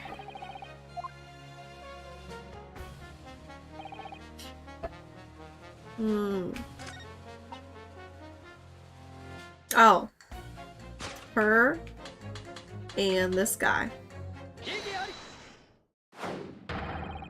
Those two statements clearly contradict each other. Good lord, counsel, explain yourself. She say they're scum of the earth and the ones that are innocent. Oh my statement? Contradictory? Juror number 6, you've got the wrong end of the stick. I do not have the stick, I am mouse. I have mouse. As juror number 2 said earlier, when the Skulkin brothers fled the scene on this night in question, they fired a shot from a revolver. Technically it's not even her against the other guy, it's like evidence against the other guy. Yes, they shot poor Mr. Holmes in the abdomen, I understand. Surely you're not going to tell the court now that you didn't hear. Abdomen, Sir? Sorry, my English is still running. You are telling the court you didn't hear? Forgive me, I did not hear. Okay, fine. Then, here is word, abdomen. Part of person's body containing stomach and other vital organs. If this is what you mean, you should say in plain English. I am Russian, not native speaker. I thought it was a good idea to let this man be on the jury again. I mean, language is important if you're a juror. So, you are telling me these brothers who look like criminals were lying? They said before, we never done nothing, but the truth is they shot detective. Duh, that's double negative. Yes, that's exactly right. Oh my god, the poor mouse. Lying is wrong, especially when lies said by a person who looks like a criminal. Now he's saying they're like criminals. Coming from you, that seems surprisingly prejudiced. This means, when they said, we never took nothing, maybe it was also a big fat lie. Is this true? Well, according to the police report, no stolen goods were found, so... Enough. I trust no one now. It's not the mouse's fault, though, sir. Yeah, I do. Poor mouse. I must see with own eyes. I must investigate crime scene myself. You can't do that. You're not. You're just a jerk. I'm afraid that won't be possible. Yes, it is, now. Easily. I mean, we have photographs. Alright. With the prints from Hurley's red hand recorder. If you compare the prints that pictures Ginny in the next print from half an hour later, you'll be able to see straight away if anything was taken or not. Oh wait, dude, we can use a stereoscope now then. Why didn't we have those pictures after? Cooey! What's Cooey? Mr. Prosecutor! Calling on a prosecution in the middle of a summation examination of all times. Print showing the accused threatening a victim after she broke into the shop. Is this- wait, you said there was 2 pictures though. You said there was 2 pictures, and you didn't give me 1. Where's the other one? It's 1 AM. Give me 1:30. Following this, the victim and the accused moved into the storeroom. Meanwhile, the Skulkin brothers entered the shop and summarily heard the fatal gunshot ring out. Sadly, none of these events were captured on film. This is the print produced by the camera half an hour later. Thank you! After the brothers' flight.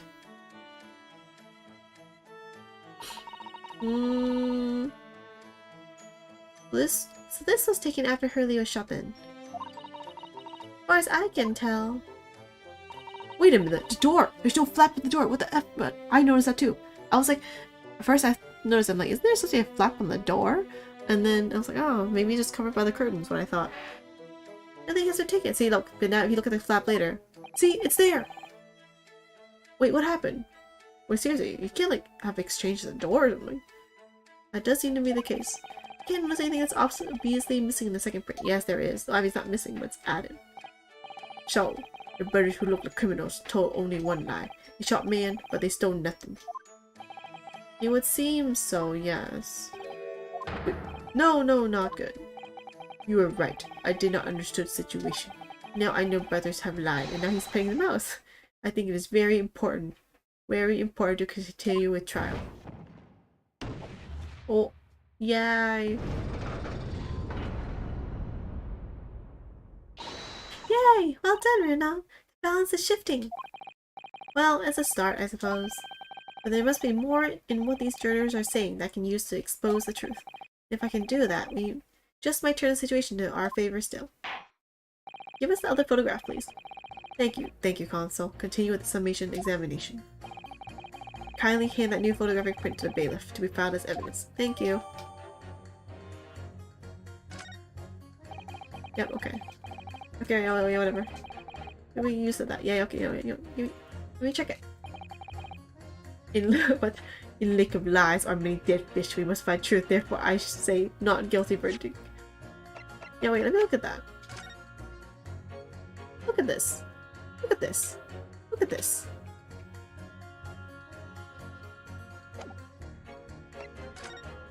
Yeah, it's not there. Okay, I think I need a stereoscope because I didn't want to look at them both at the same time.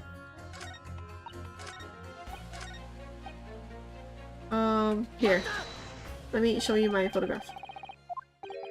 I don't know unless you try. Okay, how about this print here? Might do the trick. This one. Alright then, please look at this one. Oh. Wait. Oh. Oh, hello! Kirby? Oh, thanks for the raid! Eyes raid? What? What is eyes? What? Oh. Oh, I see the emotes. Thank you! Just playing Ace Attorney. And everything's so old. Stereoscope. It's interesting though. Have you all are playing it? Well, Ace Attorney is how it goes the case so far. It's going well. I like the trials more than investigation, but that's just me. It's like time to break down your web of lies and expose you all, and sometimes make myself in a worse position because the new Nosuke here doesn't really. He's kind of dumb sometimes too.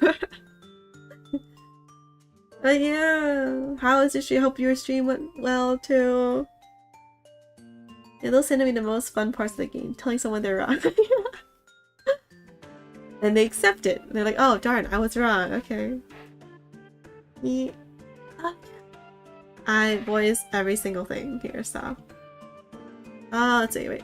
Alright, these two prints were both taken with the same camera in Window Banks on the night in question. Oh, if this is spoiling or whatever, feel free to like not look at it, obviously. Obviously. Just, yeah. Yes, I see. Tell me, Mr. Lawyer, do you know how stereoscopic images work? Do you understand the principle? Yes, I do. She was very fishy experience. Fishy. Oh, the eyes. Oh, I understand now. Okay, I was so confused earlier. That's what the eyes ray was. Yeah. Fishy game? What? I am fish. What? What? Okay. Kind of confused, but okay. You are fish? Okay, got it. I'll just accept that as universal truth. Well, I think so. I did have a lesson only yesterday. How come trials are like 1 day and 2 days or 3 days? It's like so fast. The left and right eye images need to be the same, only with a slight shift in the positions of some objects. Yep, that's how a stereo camera works too, by the way. Then when your brain merges the two images together inside your head, it notices the shift as if it were depth. Yep. Yes, exactly.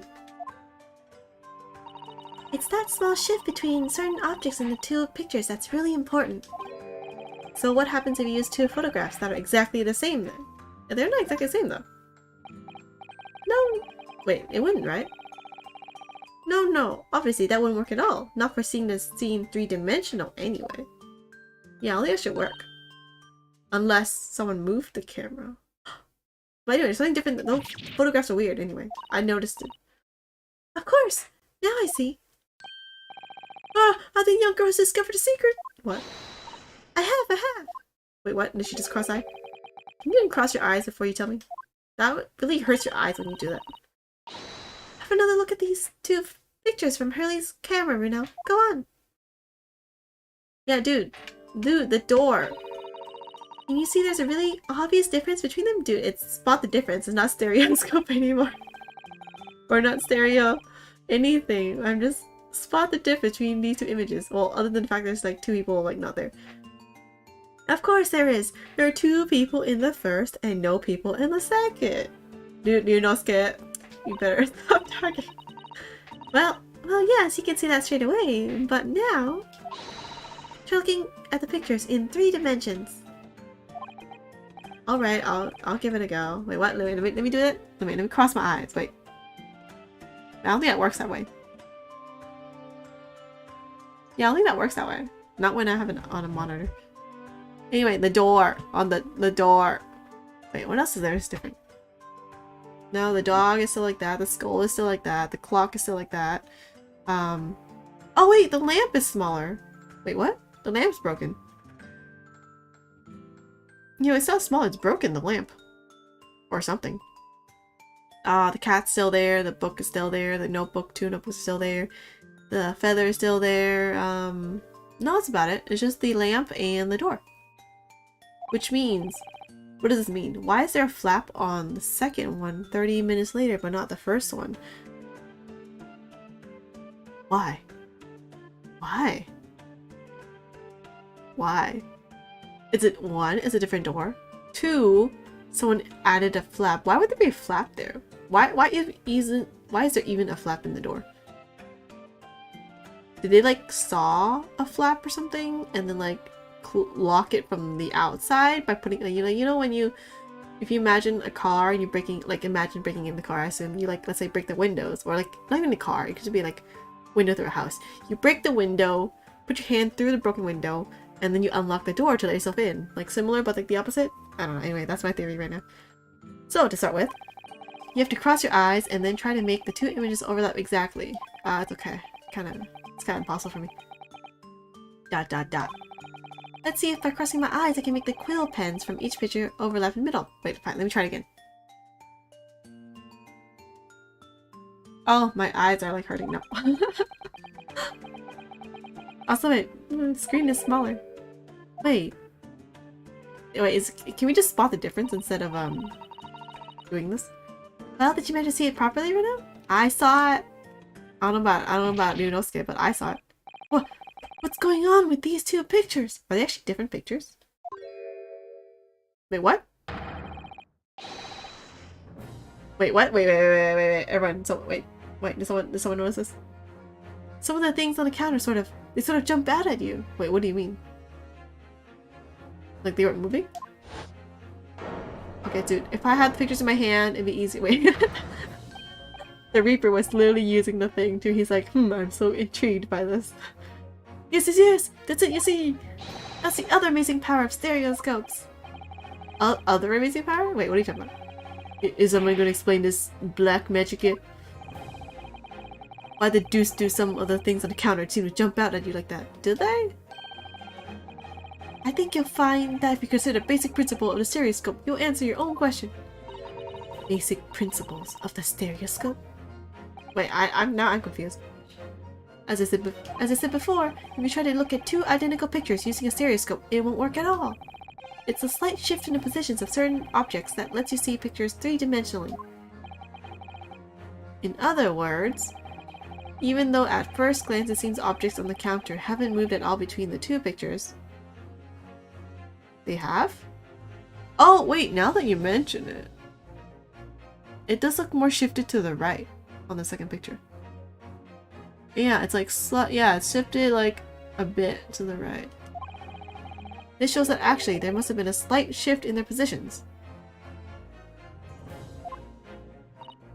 Okay. Yes, there must have been. Wait, what does that mean? Wait, someone... No, fire, sir. Got a reasonable grasp of this whole cross-eye business now, I say. But why the devil does this shift between the 2 prints exist in the first place?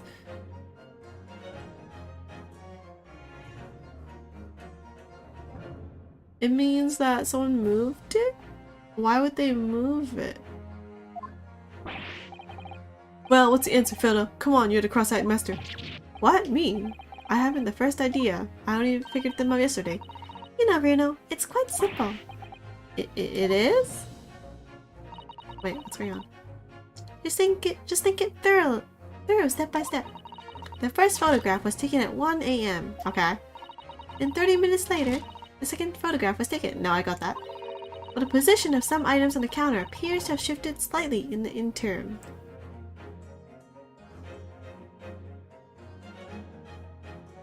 Maybe this is actually 1:30 a.m. like a year ago or something. Like not specifically the same night. Because why else would it be shifted? Oh, then again, it's weird how the notebook's in the same position though. So that means that means that sometime in the half-hour interval, someone must have tampered with the things on the counter. I mean, it did shift, I guess so. Nukers! Someone tampered! New information. Stop. Not mentioned in testimony so far. Stop. So what, though? So what? So what? Like, yeah, but like, so what? Like, they could have, like, pushed it or something. I guess they wouldn't have pushed. If it's pushed, it would, like, fell over or, like, look different. But it's, like, slightly moved over. But why would you do that? For what reason? We have to go around in circles a little here, it seems.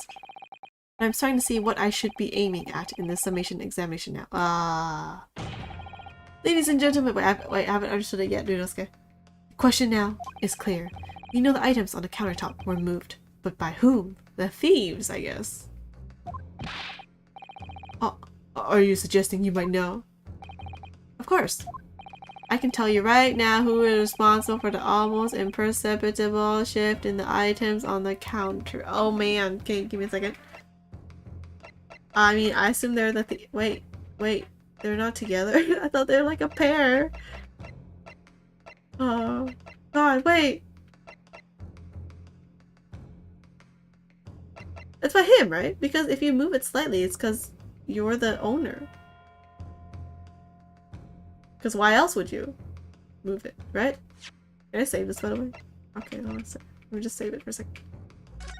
Save it for a second. Save. In case I get it wrong too much. And it's the owner because why else would it look exactly the same as if it's in the same order that you want to put it? Like, you always put it in the same position every time. Why would he move it? Maybe it's because it's not even the photo from that night, maybe. It only has a timestamp, it doesn't have the day stamp. Quite clearly, it was the work of this oh wait, dude, that sounds like the wrong answer. I'm afraid you've digressed there, Counsel. Oh. It should now be clear, even to you, who's responsible for the impeachable shift in the direction of the shot. Wait, dude, please tell me then. Or the absurd. Let me guess. Me? Oh no! Shift aside, my Nipponese friend, and let the real lawyers do the talking. Yeah. Alright, okay, wait. If you think about okay, thank you. Give me a hint. If you think about it, it has to have been someone who was in the window banks when everything was going on, doesn't it? Dude, I mean, it could have been Gina, I guess. She could have been looking at the stuff and trying to, like, find stuff. But the guy's at the counter, so there's no way that's happening. Maybe he found her after. She got the gun first, so maybe she was at the counter first and she put everything back because she's a thief and she's used to, making things seem like it wasn't actually stolen, maybe? I have no idea. Well, yes, that's true. So, that narrows it down quite a lot, I think. I have another thing. Touch things on his counter. Who was it? She has the gun, so I guess it could have been her. It could have been the guy too. Maybe he thought, dude, all these things are kind of like too close to me. I need to push it like 3 centimeters forward. And they did that to every single one of this stuff. Okay, wait. Fine. What are you? There's a workout. Oh, darn it. Are you sure? What? Really? Really? Wait, who else could it be? Did I just click one of the thieves then? It could have been those, because they're also thieves.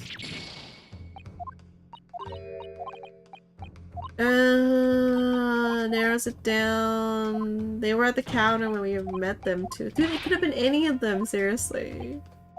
I'm not convinced yet, okay? I don't think it's him. He isn't involved. Oh, let's click one of these random guys then. Oh. Dude, you should have presented him as a pair. I thought it was the pair in the beginning, okay? I did think so. Here's the witnesses currently in the stand, the Skulkin brothers. Wait, this does not agree with what brother said in testimony before. They said they did not have even time to pull dukes from Lucy lockets, whatever that means. My phrase book says dukes is meaning hands. Oh, is that what that means? And Lucy lockets is meaning pockets. I'm something new. But is this another lie? Poor mouse. So cute, but now it's, you know, obvious. But okay. Is this what you are saying? Yes, I'm afraid so. Now hold on there a minute. You can't be sure of that. I quite agree. Accused is a common pick purse after all. It's perfectly possible that she went through the things on desk to see what she might steal. See, that's what I thought too. I think that's unlikely. Well, then again, she was caught almost immediately, kind of, right? With the gun and everything. And she was like threatening, hey, open the thing, man. And why exactly? As you can see from this photographic print, the defendant was pointing a gun at the victim. Yeah, I thought before. I thought he was in the storehouse, like in the back room first. She's looking at the stuff, she's pilfering through the stuff, looking at it, move the stuff, and then he comes out and she's like, wait, he's coming out! Grabs the gun. I'm threatening you. I couldn't find what I needed, so can you please point me to the right direction? Is also possible. Okay. It would seem, as my learned friend indicated, as she was coercing Mr. Windenbeck to open the storeroom door. In other words, Mr. Straight's interest lay within the storeroom, not in the main shop. True. True, I didn't think that far. Okay. No, I'll give you that. Give you that point. Giving her no reason to touch anything on the counter. Yeah, all this the stuff she wanted was held in reserve by her friend and Sherlock Holmes, which should always be in the storeroom and not in the front, because front is stuff that she would sell. Or that the guy sells, because they, what is it? They couldn't pay collateral or something. Giving her no reason to touch anything on the counter. All which points to one thing. The Skulkin brothers have omitted key facts in their testimony. It could have been... Actually, no, I guess it would... It could have possibly been the owner who thought he wants to move stuff 3 cm forward. I don't know, I still think that's a possible explanation. Maybe he's OCD about it, he knows exactly where they are. But the accused is a pig purse. Common gutter trash. Why look any further for the wrongdoer here? Because the Skulkin brothers are thieves, madam. No better, in fact worse, than pickpurse. I guess. They're similar, I guess, yeah. I believe that these brothers were looking for something on the victim's counter that night. Ladies and gentlemen of the jury, if you would condemn the defendant on the grounds that she's a pickpocket, would it not at least be right and proper to thoroughly scrutinize testimony given against her by 2 thieves? Wait, that's what I said in the beginning. Dude, why y'all trust thieves over a pickpocket? Like, seriously. It's like, what? Well said. I, for one, would like to hear more about that shady pair. Oh my god, what did he just put his head? Why with his head? And y'all see now. I think you'll find stereoscopes aren't playthings. You've seen their extraordinary potential firsthand. I mean, I thought... Wait, this just means that thieves are thieves, and that you should probably not trust them as much as you probably would trust a witness testimony from a regular person. I thought that's a given, but okay, sure. Wholeheartedly agree. Stop. Must purchase after trial. Stop. We'll return home via Regent Street. Stop. Morse code. How does she communicate? Who is she communicating with? Oh, I gotta take off. Thanks for the show. Very nice to meet you. Oh, thanks for staying at all, anyone. Thank you. Have a good day. Well, it would seem this trial is yet to run its course. Ladies and gentlemen of the jury have declared their inclinations via the mighty scales of justice. I hereby call the summation examination to conclusion with the balance altered in the defendant's favor. 2 lean to guilty, 4 lean to not guilty. Accordingly, the jury is without consensus. And I order this trial to continue. Yay! Well done! Oh, by the way, what? You should hold on to this, Renault. You never know when it might come in useful. Wait, where'd you get this? Twice in one trial would be unusual, surely? But alright. Where'd you... Is this yours or, like, the guy's? Lord Van Zeeks. You will instruct the witnesses that the court demands additional testimony from them. Him and his wine. I want juice still, just looking at it. I just want juice. I'm sure it wouldn't spoil the bouquet to do so, my lord. He's not guilty, he's not guilty. I've won myself another chance to probe that pair about their activities that night, at least. And I won't stop probing them until I've proven that Gina is innocent. Wait, is this the end? That's like an hour and 40 minutes in. What? Okay, wait, let's continue the next one. Let's continue. That's only an hour and 30 minutes. 40 minutes. Save. Continue. Oops. Continue. It shouldn't last another too long, right? Who knows? Don't be 2.5 hours though. Order, please. Let us resume proceedings. Witnesses, you will now retake the stand. Okay, thieves. Let's try you for murder. I want some potato chips now. Darn it. I swear, half of this is like food terrorism. I presume you heard the defense counsel's summation examination. Oh, yeah, Governor. I did, Gov. I did. Mr. and Mr. Skokin. Why the Mr. Good. I mean, this is going to be hard work. Got their voices, but oh well. Early in this trial, you gave the following testimony about your actions after you entered Windibanks. Well, it was Bethlehem soon as, weren't it? What is Bethlehem? It was, Nash, it was. Didn't even have time to pull me dukes out of me Lucy lockets. However, that was a lie. Your brothers... what is this, your brother? God, blimey! On the night in question, you rifled through the items on the victim's counter. At the very least. We never did nothing resort. How'd you figure that out? Okay, dude, girl. Dude, guy. Why'd you just implicate yourself like that? But okay. Well, helps me. You will now give formal testimony once again. You will tell the court precisely what happened on the night in question, and this time you will tell the truth. Yeah, I don't think that's also possible either. Each lie that passes your lips serves to increase the severity of your punishment. Well, I mean, it can be worse than, you know, tried for murder, but okay. And that, ladies and gentlemen, may lead a crushing blow to your chances of ever seeing the light of day again. How does that glass not, like, injure him in his face? Yeah, like, seriously. He easily broke with his bare hands. Well, gloves, technically. Gloved hands. A thought worth pondering, perhaps. Say no more, Gov. Where are you? Well, blah, we'll squeak, we'll peach. Okay, let's get some better testimonies. And destroy them again. Legal entry, the whole truth. Alright, we did knock a few things over, but we weren't rifling for nothing. It was when we heard the gunshot, see? It made us both jump, and all that stuff went flying. Wait, what? All that stuff went flying? I would call that flying when it moved 3 centimeters forward. Lummy, it didn't have give me a fright. We was thinking the shooter come out door and get us next. We stuck everything back where we found it and scarpered straight into him in the black.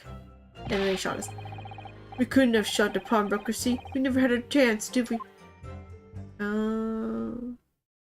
don't see anything really weird in that testimony. So you admit to the defense's accusation.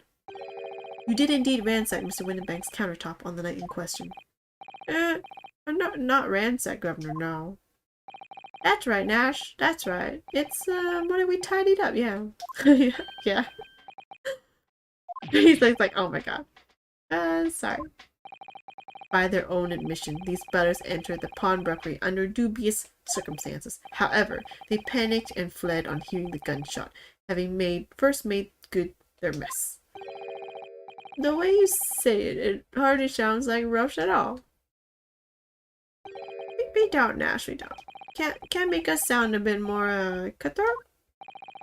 Can't just be coincidence that these men showed up at Windibanks that night. Or Gina, actually. There's more to the testimony than meets the eye, I'm sure of it. Time to press them on every single sentence, because that's what Ace Attorney people do. We did knock a few things over, we weren't rifling for nothing. What do you mean for nothing? If that's the case, then why didn't you testify to that effect in the first place? Well, or you know, we ain't exactly squeaky clean, are we? We ain't, Nash, we ain't. If we admitted to something like that, people would think we was up to no good. Well said, Ringo. Me old China. China? We only land ourselves in even more trouble.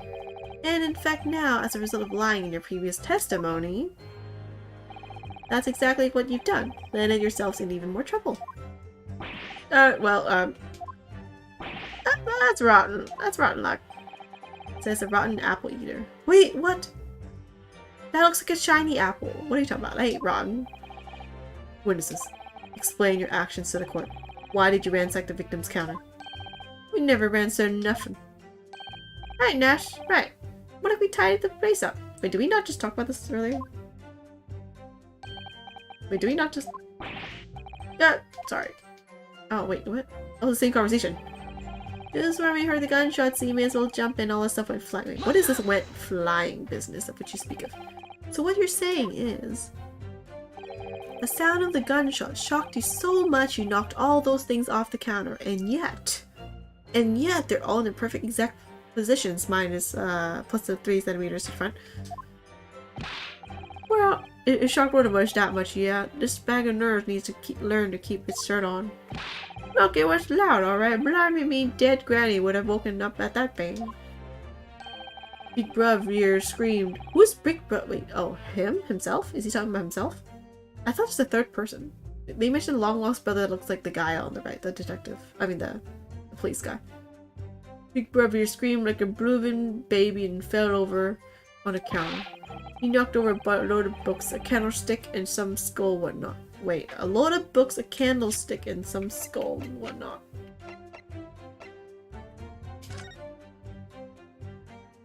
Candlesticks on this side. Books? Skull? A candle? I mean it is broken, it looks like. I mean, the candle is broken, right? I guess? I got tangled in some marionette. One knocked over a picture frame. One knocked them scales on foot. Okay, those are correct. Those are on that side.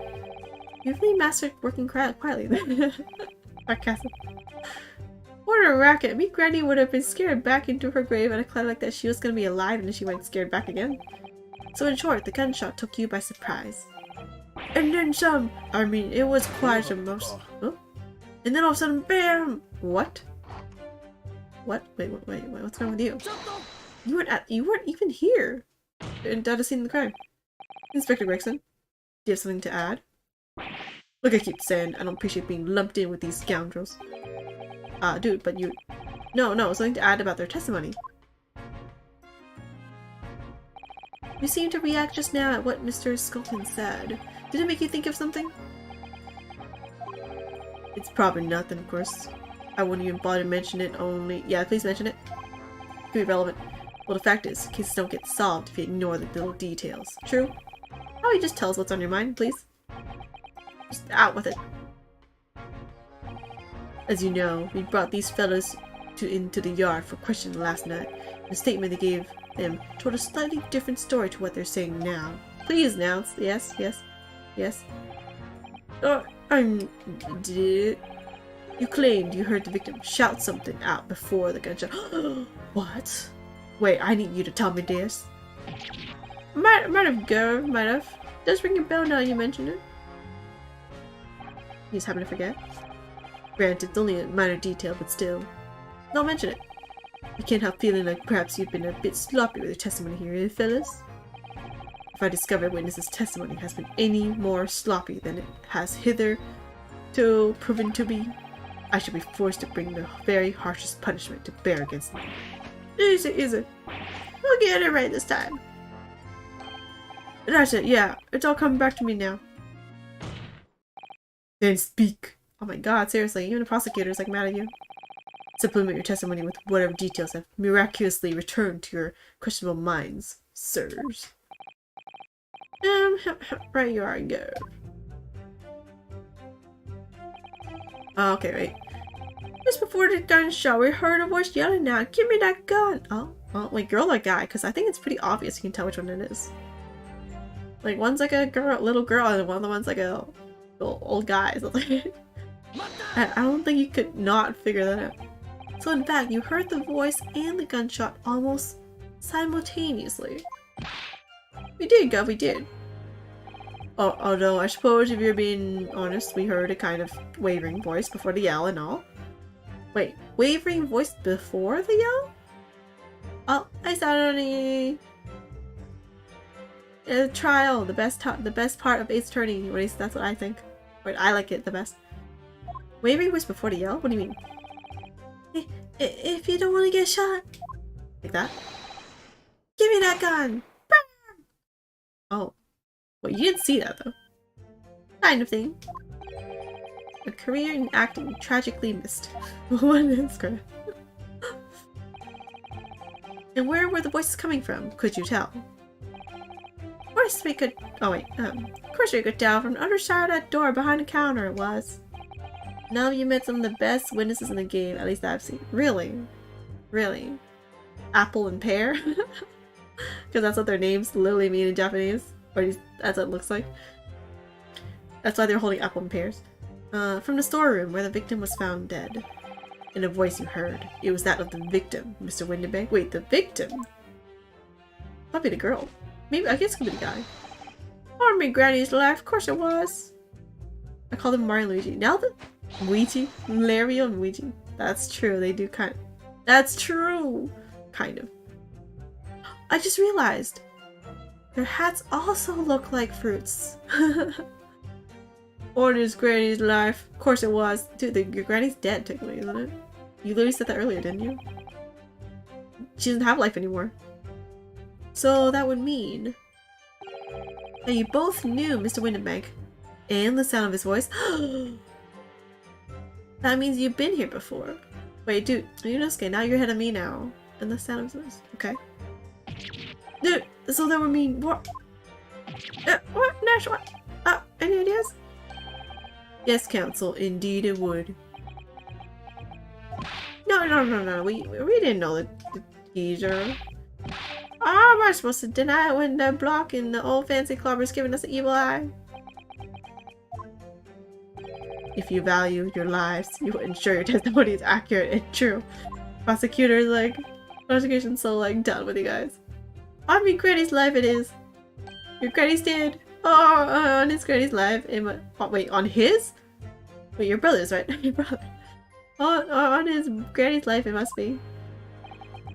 That's a good job his Granny's dead. I know. I was like, what on her life? You can't swear on someone who's dead. By saying it's on her life that it's already gone, but okay. To summarize then, immediately after hearing the voice of the victim, you then hear the gunshot, causing you to stumble and upset the items on the counter, scattering them over the shop floor. Yeah, make it sound like we're clumsy. Don't forget, we tied up after like good little boys. Good little boys. Anyway, good little boys. Are you dogs now? Good little boy. Anyway, the way I see it. But what owned the place was holding the gun. So he should have just fired instead of yelling at the girl. Wait, no, he said... Wait, let me go back. You heard a voice yelling out, give me that gun. So it's the victim. Give me that gun! And... was holding a gun. Wait, he was holding a gun? Wait. Why would he say give me that gun? If he was already holding a gun. And that's the only gun that exists in that room. Because she doesn't have her own gun. Unless they're talking about like a smoke grenade gun. Then that would make sense. Give me that gun! He holds with his gun too? That's suspicious. Okay, let's press. You're saying that Mr. Windenbank had a gun in his hands? Oh yeah, bet that was the side there. Them two waving them guns at each other. Must have been pretty heated. I mean, just before he shouted out, we heard the geezer say, if you don't want to get shot. Didn't really sound like he meant it, mine. More of an empty threat, you could say. I guess you guys would know. Mr. Windenbank was known to keep a revolver on his shop counter at all times. People say to protect the articles in his keeping, He'd readily put a bullet in someone's head if required. I thought he puts it in his whole own head, but okay. That's someone being himself, of course. Okay, there it is. Good grief, extraordinary devotion indeed, if alarmingly misguided. Well, he certainly sounded like he was ready to pull the trigger the other night. Only the person he was gonna shoot beat him to it.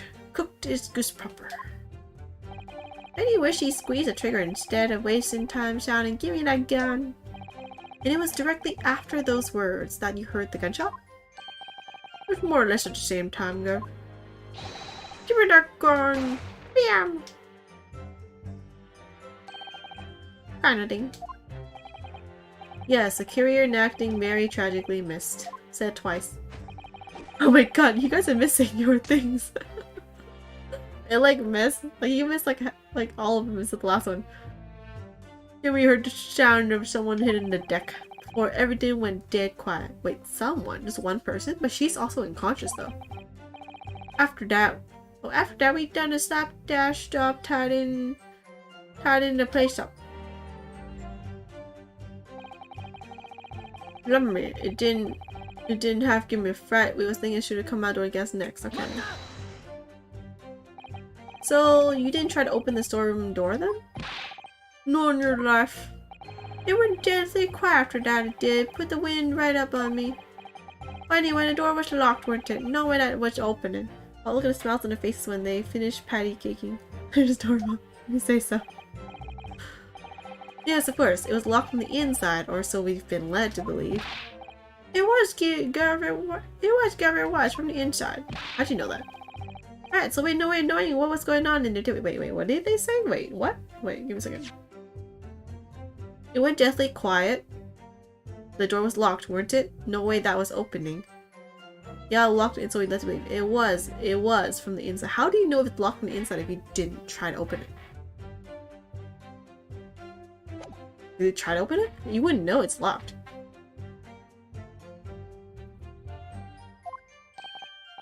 Unless there was some other way to get a view of the inside of the storeroom. Yeah, how'd you know the guy had a gun too?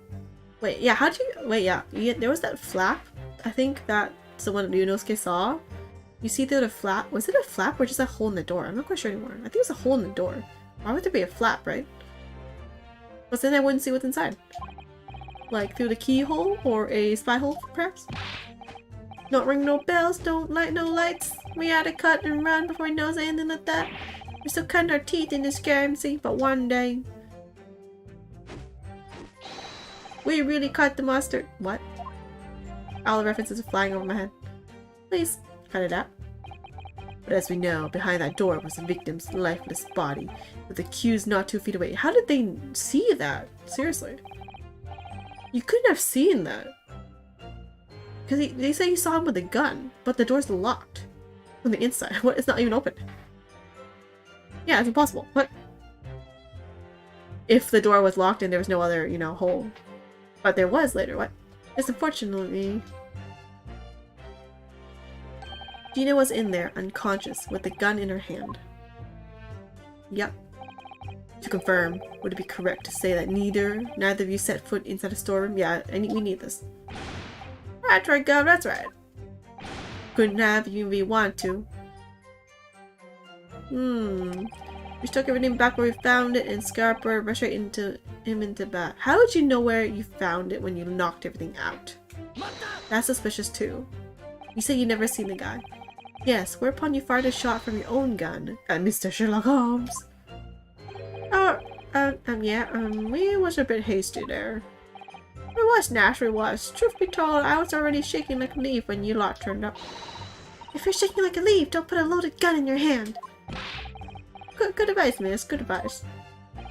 Truth be told, mine went totally blank. Before your mind goes totally blank, make sure you don't have a loaded gun in your hand, dude. Iris, girl. Metronome, mate, miss. After that, we legged it down the street, but apparently we looked dodgy to the coppers or something. So they clapped the derbies on us like Lincoln. I have no idea what they're talking about. I don't know what their vocabulary is. And after you've been handcuffed, the police found this revolver in your possession. Correct. You should ask the inspector that. Well, yeah. But listen, that proves it. Done it now. Ah, his face like, ah. We couldn't have shot the pawnbroker. See, we never even had a chance, did we? Let me just reconfirm everything. And why should we believe that? Yeah, what? Because it's true, isn't it? The place was totally empty when we went in. The place was totally empty when we went in. What? There were 2 people there, though. At that time, the victim was already in the storeroom, having been forced to open the door by the accused who had a gun to his head. In other words, on the night in question, these 2 witnesses never even laid eyes on the proprietor of the pawnbroker who made in the bank. This is false because they saw him with a gun. That's impossible. Okay, I found a contradiction. Correct. Oh my god, they're fail. You've got it, mister. Down to her teeth. So the Skulkin brothers never actually encountered Mr. Windibank. Is that true? Is that really true? I wonder. See, he's like, I already said it before he even said it. That's it? That's the full extent of your testimony, dude. I got this, Junosuke. See, me and you, we make one team. What is it, Runo? You look very fierce. I could pour you some herbal tea if you're tired. Oh, thank you, but I'm fine. Actually, no, give me some. The other guy's drinking wine. Give me at least like something to like quench my thirst. Oh, hello. Hello. I can't read the name. I want to say nah. Nope. Hello, hello. I'll just say hello for now. Being such a logical thinker, you'll probably laugh. I actually don't know which language actually more accurately. But I feel as though these brothers are still hiding something important. Yep, I got it. It's nothing more than a feeling, though. I have no proof to support it. Well, feelings can be very logical at times. Sorry? People's expressions, the movement of their eyes, the words they choose. You can take all of that in and your brain will quietly analyze it to come up with a feeling, like you described. You've concluded that there's something suspicious about this testimony without knowing why, that's all. Wait, can I use that as evidence? I think you should trust your instincts. Iris, thank you. Sometimes I think if she's 10 years old, I must be 5. Okay. I got it. We heard a gunshot. Oh, wait. Was holding a gun. Holding a gun. Holding a gun. Where's the testimony that they were not... Wait, where's the testimony that shows that... Wait, did I see this already? Wait. He was holding a gun, yeah. 2 wavered, must have been heated just before shouting Portuguese, so if you don't want to say shot. Empty threat. Your revolver. We saw this already. Merson, he was gonna shoot BM to it. But how is he holding a thing then? You can't have seen that.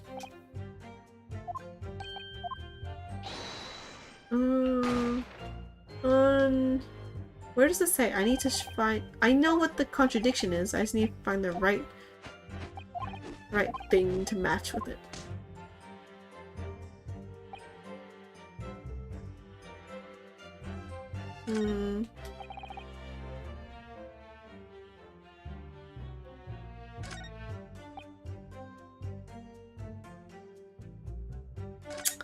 We wouldn't have shot the thing. Where is there evidence that shows that... Put everything back in place, but how would you have did that if you didn't even know... Sorry, if you weren't in the shop before and you don't know where it's usually placed? That's also weird. But I actually don't know if there's evidence in my court record that shows that. I only have their testimonies against their testimonies.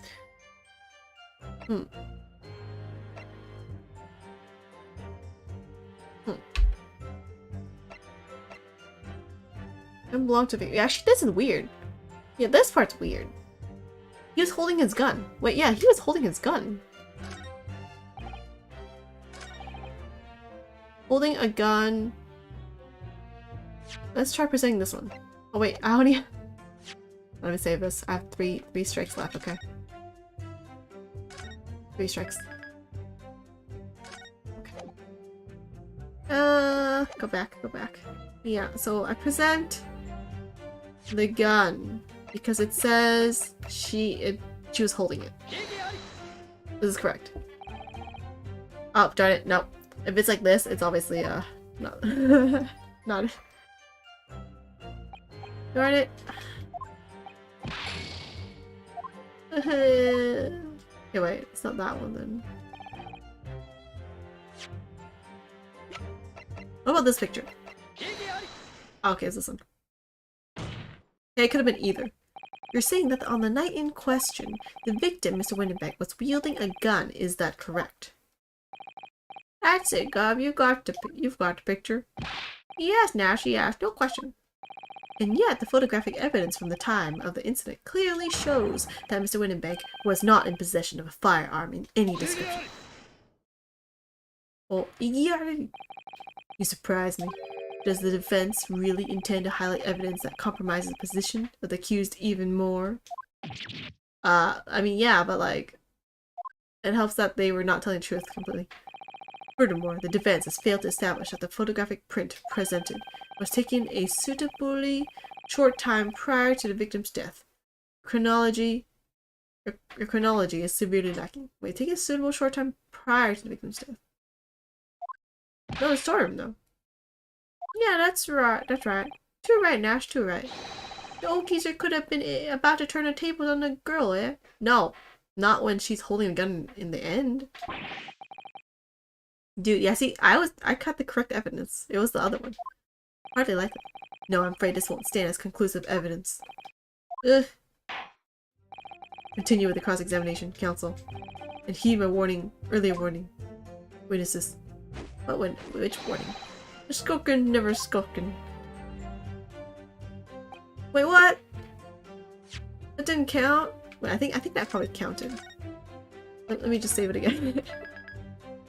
Save it again.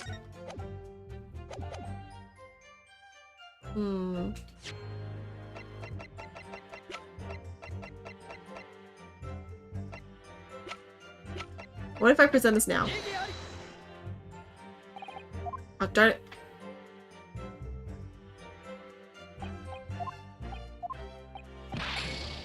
Darn it. I have one left.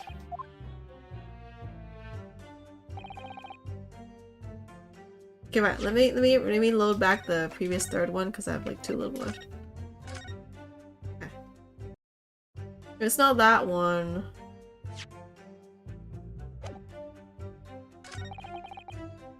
Good thing you should have come out the door. Yeah, what is this door thing? Alright, let me go with this one. Tidy up part. I find that weird how you never even met him and yet it's all tidied up. Darn it. No.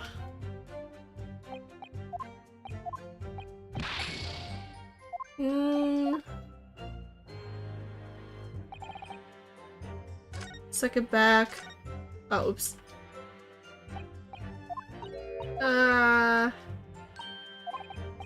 Thank you, I'm fine. Yep. Something important. Something feeling. Yep. Rose expression, movement of their eyes. Wait, is it? Maybe if I press them again, it will show someone like, wait a minute.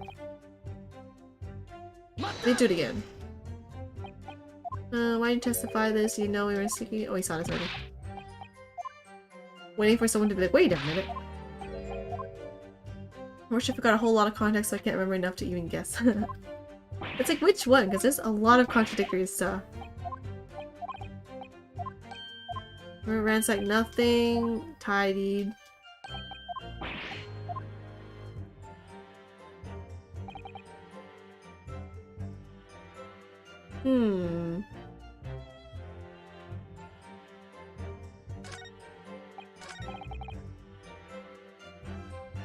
Actually, let me present that thing, actually. Now that I think about it. Which means, let me load the previous one, actually. Let me load the second one. I think that was important. Probably.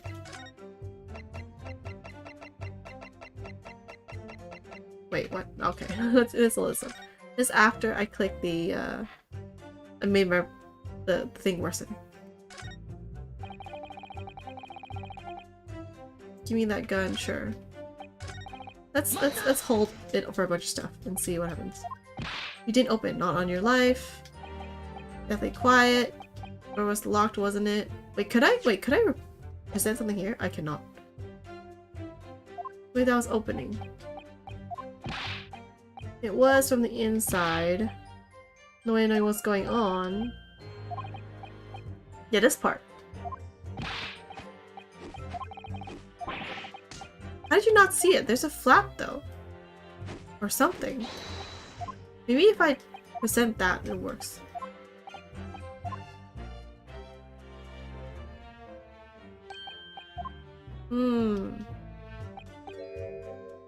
You said foot? That's right, that's right. Couldn't have even want to.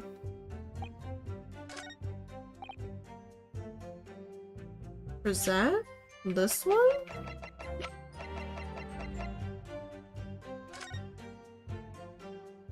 I don't know. This thing looks like... I don't know what this thing is anymore. Looks like it's part of the door, but it wasn't even there before. Wait, let's consider implication as statement for... No, wait. This is a dud. Yeah.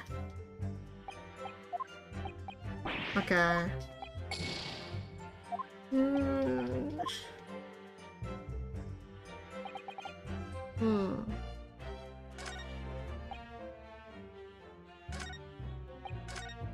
Oh, darn it. I keep clicking the button. I shouldn't do that.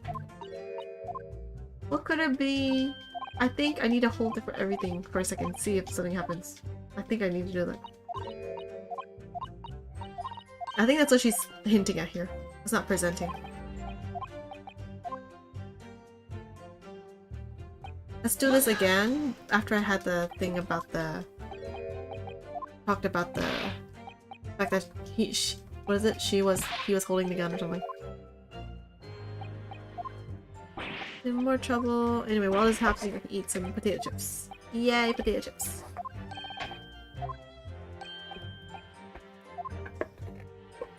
It's cheese flavored. Jagariko and Kalbi.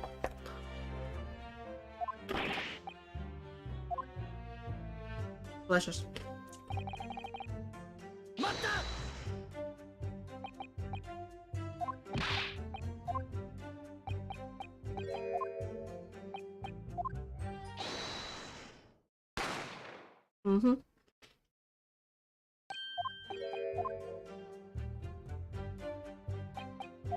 I find it weird how this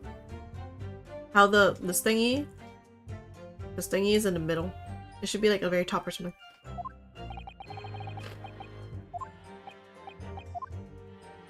Yeah, this found the victim. How did you know that? Seriously. Well, you never met him before, but it's not evidence I have in my thing. Yeah, you both knew them.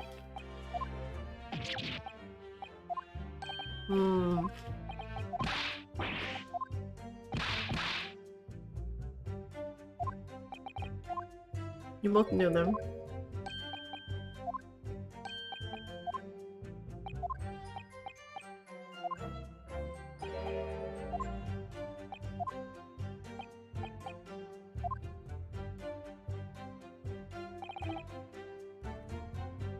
Let me redo this, I guess. Gun is in hand, waving them at each other. So how would you have seen that then?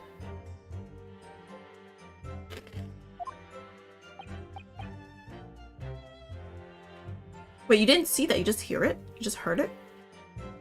Wait, history. Holding a gun.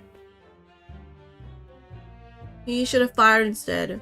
You're saying he had a gun? Oh yeah, but that was a sight. Them two waving them guns at each other must have got pretty heated. Also, he didn't see it. I mean, just before he shouted out, you have to either say if you don't want to get shot. Oh, maybe they didn't see it.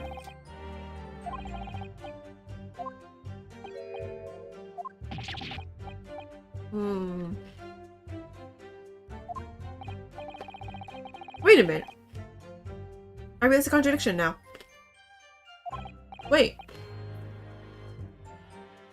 They were both facing each other, right? And then he's like, give me that gun! And he got shot, right? But he got shot from the back. He got shot from the back. Dude, I got it. Yeah, see? Ah, like that.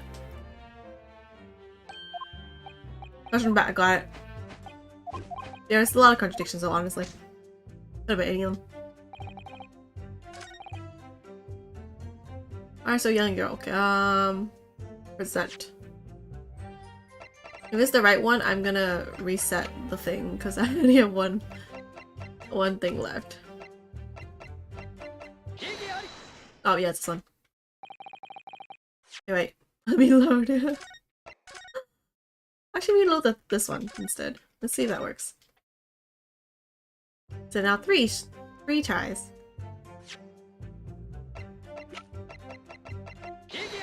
Perfect. So you're saying, also food time is over now, snack time's over.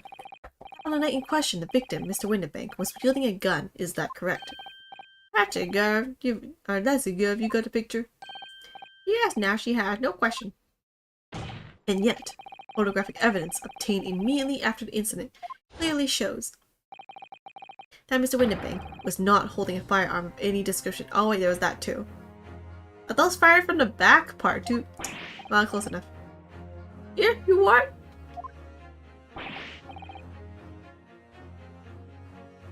Gordon Brenner, that ain't right. Also, I want water. Wait, BRB. And by that I mean, let me get water right now.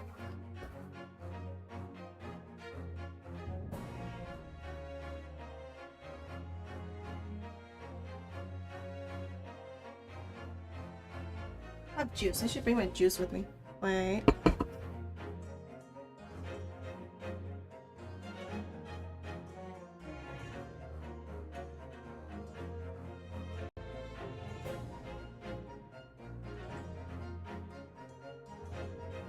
Fruit juice. What is it made of? Actually, no, technically made of fruit and vegetables. Mostly vegetables. Vegetable juice? Whatever. There can be no question that the victim's revolver was used in the incident. Yeah, there's two guns, now that you mention it. Either way, healthy juice. Yep.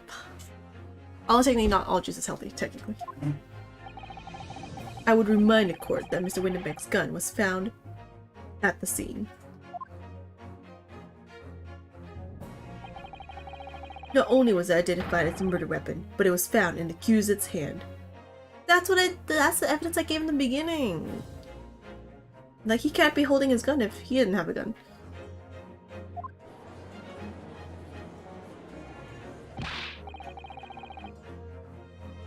Yeah, that martyr used the victim's own gun to finish him off. Give me that gun! Bam! Coroner thing, but you said there were two guns. Stay exactly where you are. Right there. I'll show you shop in the back. Here. It would be crime scene I take in as you so colorfully describe your testimony. It would give rise to an undeniable and significant inconsistency in the final moments you just acted out. Goodness, are you sure, counsel? You intrigue me, my learned friend, but let's see some evidence to support your claim. Where is the proof that demonstrates this inconsistency in the— I'll do the picture again, no? According to their testimony, the witnesses claim to have heard a shout of "Give me that gun," followed by the gunshot, which means he's facing her. Indeed, with the two events happening almost simultaneously, or so we've been led to believe. Yes, that's right. Now, if that testimony is true, it would mean that at the moment of death, the victim and his attacker would have been facing each other. See, I already got this. However, if I could ask the court to study the photograph of the victim's body again, you can clearly see that Mr. Winterbank was in fact shot from behind. So, as I stated before, there is an undeniable inconsistency in your testimony, Mr. and Mr. Skunk. No, no! Oh, that's look like Wario. I'm gonna hit you. Or Wario and oh my god, I forgot the other guy's name. Oh my god, I forgot his name. Look at his cheeks. Oh, his cheeks are so like, what's the word? Bouncy. I think that's the word. But it's the God's honest truth. It is, Nash. It is. When he was shot that night, the shopkeeper had a gun in his hand. We saw it with our own bleeding eyes. Oh, I hear you right just now? You actually saw Mr. Winterbank holding a gun? See, I know it. See, they said they saw. Something like that might have slipped out. Ladies and gentlemen, you've all just heard the admission of these two witnesses. All that on the night in question they actually saw with their own eyes the victim wielding a gun, which can only mean that despite their testimony to the contrary, the door's open, or something. The Skulkin brothers must have encountered the victim in person. Nash... No, yeah! Oh, it's them again and their poses. Order, order, order! It wasn't that noisy, dude. Witnesses, explain yourselves at once. Or the thing is that we're supposed to, are you lying again? It's like your 5th time, sir. It would seem a previous warning fell on deaf ears. You kind of told them to not say stuff. I guess he didn't tell them to lie, he told them to, like, not tell the whole truth. I guess. Wait a second. Oh, wait, never mind. Yeah, I made it quite clear that false witnesses would be the death of you. Death? Wait, who said anything about death? Am I to understand that you replaced the untruths of your original testimony with renewed lies? I'm ever so sorry, Governor. Truth is, cut out, Nash, cut out. If we blab now, you know what he'll do to us. He? Who are they talking about? I know, dude. There was a third guy. They're looking for their brother. Didn't they mention this? I think it's the third person in the store. Let me make your position here perfectly clear. You will talk. There is no other option available to you. Bruv, come on. The game's up. But you haven't us for garters. In case it hasn't quite sunk in yet, no matter how hard you try to hide it, the truth will come out. On the night in question, it is now apparent that you brothers met face to face with the victim. I demand that you testify again to explain the precise circumstances under which this meeting took place. Well, do we have to? On pain of death. Oh my god. I suggest you make yourselves fully aware that this is your very last chance to tell the truth. Didn't we have like 5 last chances? Oh my god, we're gonna end with like these brothers, I swear. For today, I mean. Encounter with the victim. Alright, so we just got inside the gaff and Eve heaved a sigh of relief when the geezer showed his mug. Give me that gun, he bellowed, and then he flew at us like he was possessed. I thought we'd had it. For an old geezer, the bug was strong as an ox. He chucked me over the counter. Over the counter? I put me gun on him, and then he legged it. He legged it? He like ran? He legged it through that door into the back room. We never had nothing to do with killing him. That's all what happened, I swear. Oh, he said he though, so I don't think that's all it is. So you're now telling us that moments before the victim was killed in the storeroom, you in fact encountered him in the main part of the shop. Well, yeah, sorry. Well, we find ourselves at an interesting juncture. This changes matters considerably. But for honors, Governor, this time, Nash, this time, we ain't got nothing more to hide. Very well, counsel for defense. You may now proceed with your cross-examination. Yes, my lord. This is it. The moment I've been waiting for. Actually, no, it's not. That's like the tip of the iceberg, man. It's not even about like the actual thing yet. I'm telling you, there's a third party. It's their other brother or something. I don't know.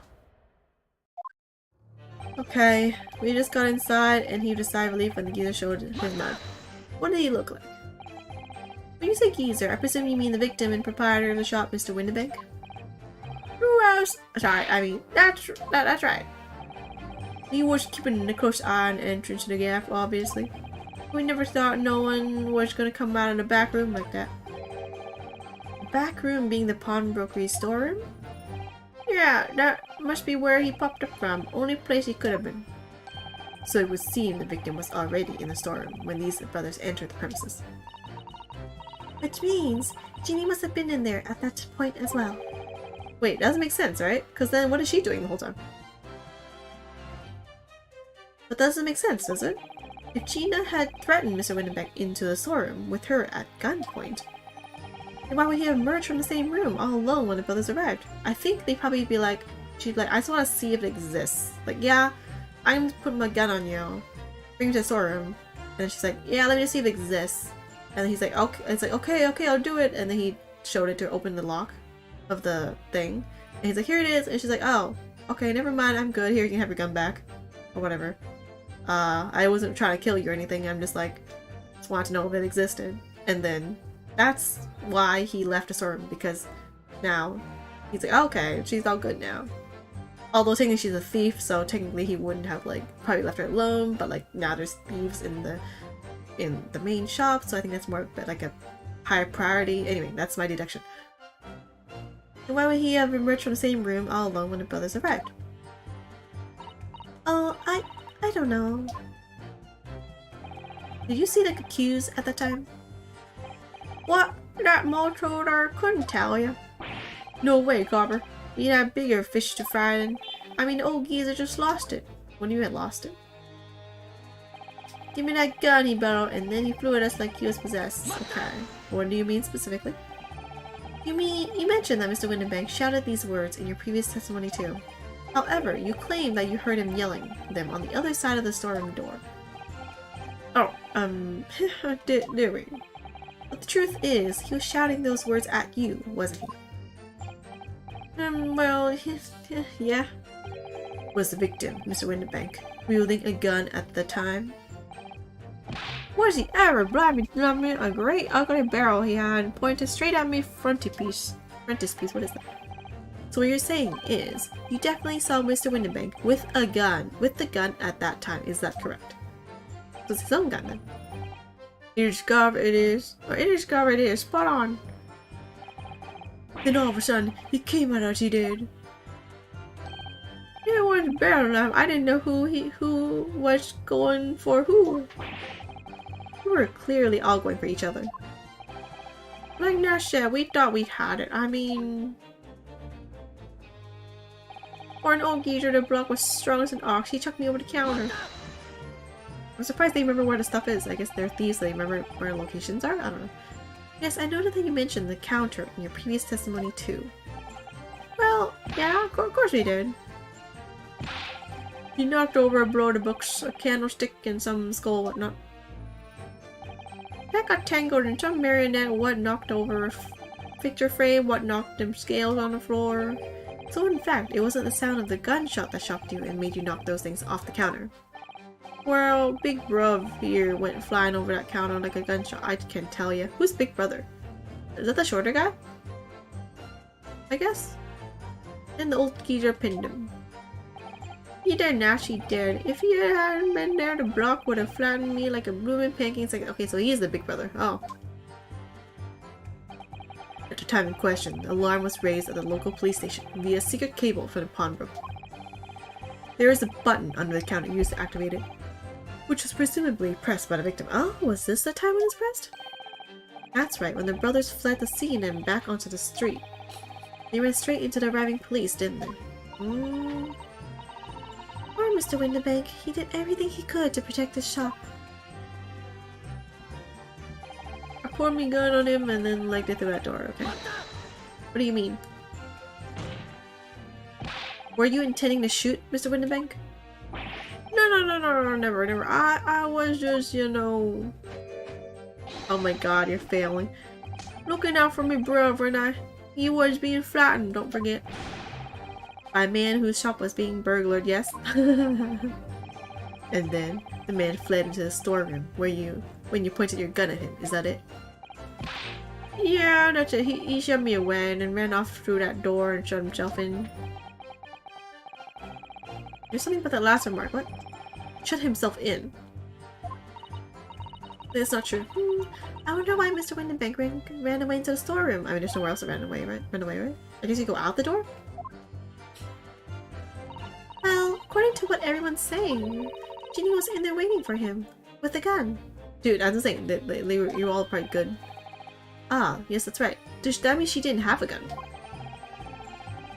Gina allegedly used Mr. Windibank's gun to threaten him and force him to open the storeroom door. In which case, how did the gun end up in Mr. Windibank's hands again? Because they're okay now. I have no idea, but that is strange, isn't it? This little inconsistency could be significant. I should make a mental note of it. Look, the point is, me and my bruv here. That's right, Nash, that's right. Me and me bruv here. He never had nothing to do with killing him. That's all that happened, I swear. You say you had nothing to do with it? Nothing at all. Nothing, Gov, nothing. The old geezer went and shut himself in the back room, didn't he? Locked it was from the inside. We know it was because we tried to open it. Oh, you tried to open it. But it's a decent door, that one. Good and strong. Wouldn't budge an inch. Yeah, but you could see through the door though. So in the end, the situation remains unchanged. Inside the storeroom with the pawnbroker, there was only one other person. The sole person who could have possibly shot the victim, the accused Miss Gina Lestrade. You should ask her for a detail, seriously. If she just tells the truth, I think we're all good, man. It would appear so. What say you to that, counsel? I don't know. Anyone else apart from Gina who could have possibly shot Mr. Windibank? There could have been. There could have been. Those two could have. Mr. and Mr. Skulkin. What should I look for? From the moment you admitted that you've encountered the victim face to face that night. The course of this trial changed completely. It did, because you could have shot him. What is your point, my learned friend? The question we must answer is who could have shot Mr. Windibank, and it is the belief of the defense that the defendant is not the only possible answer at all.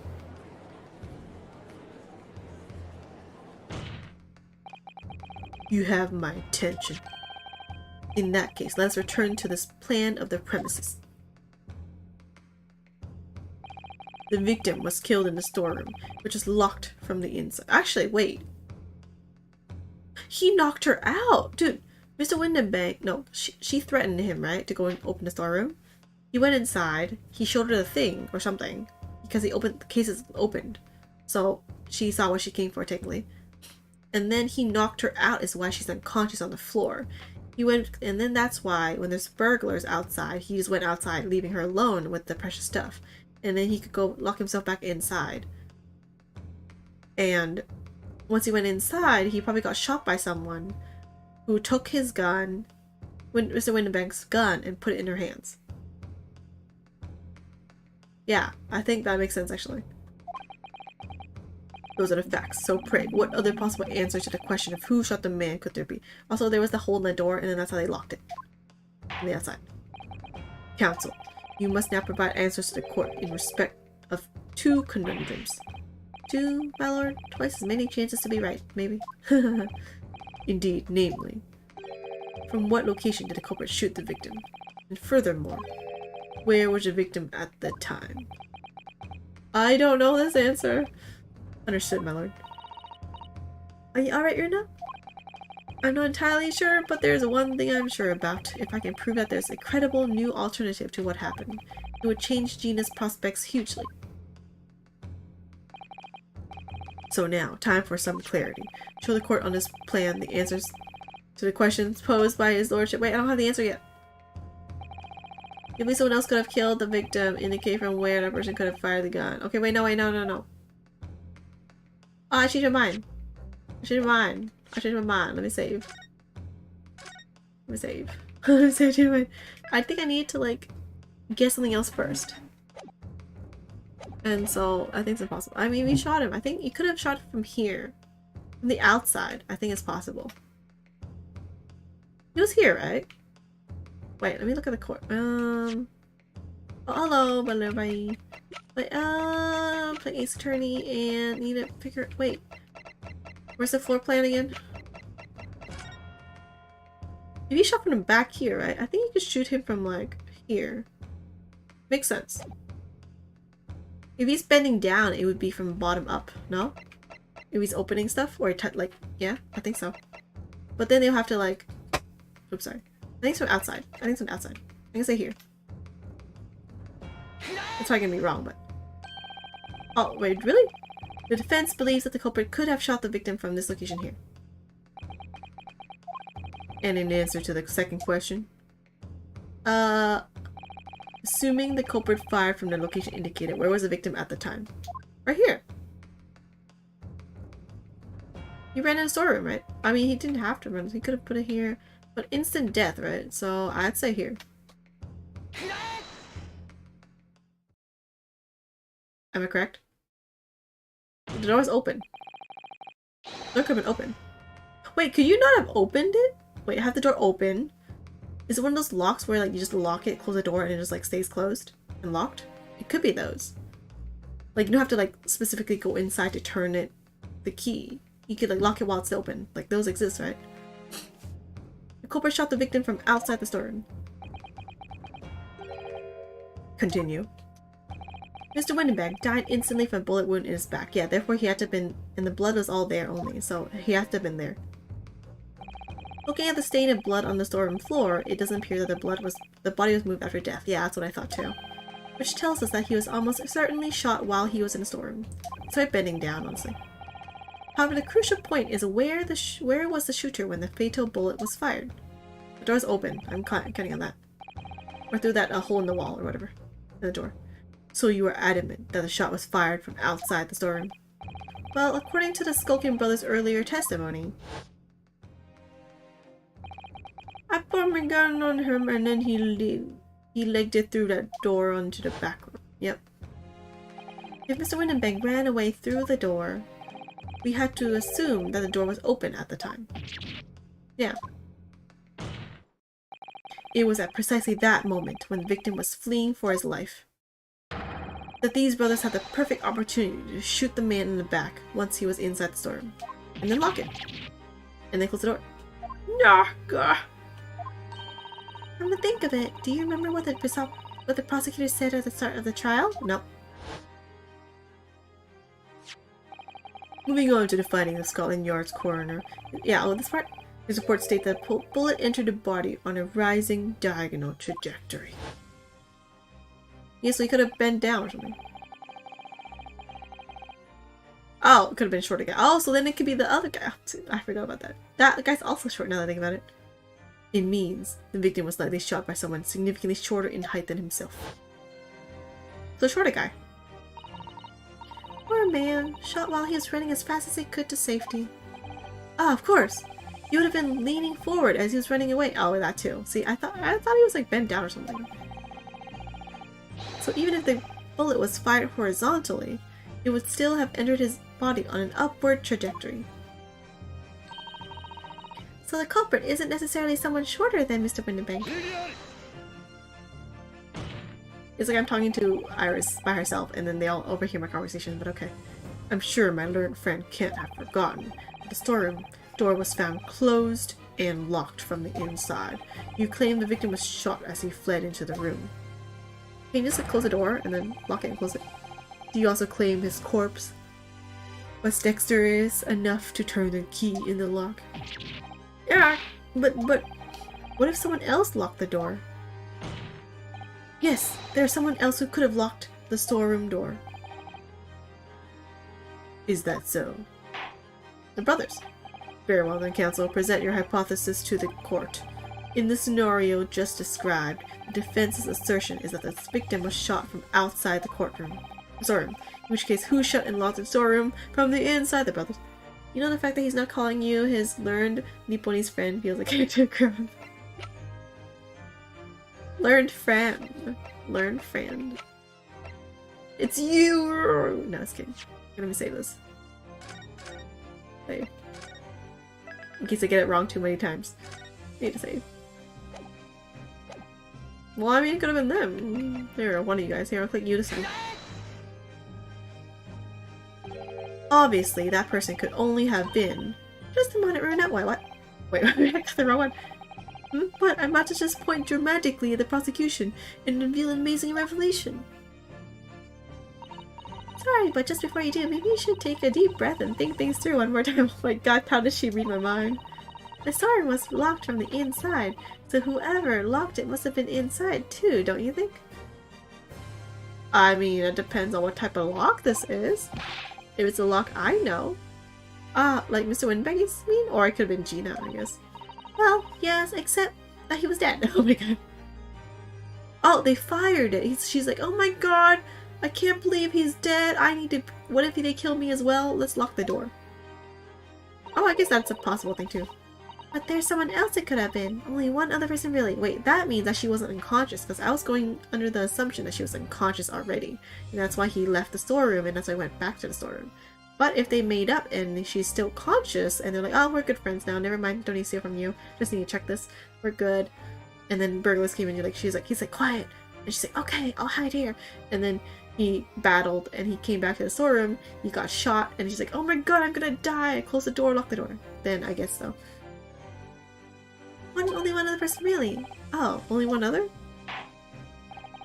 We're out of time, I'm afraid. Oh no! No! No! No! Load. Load. Load. Load.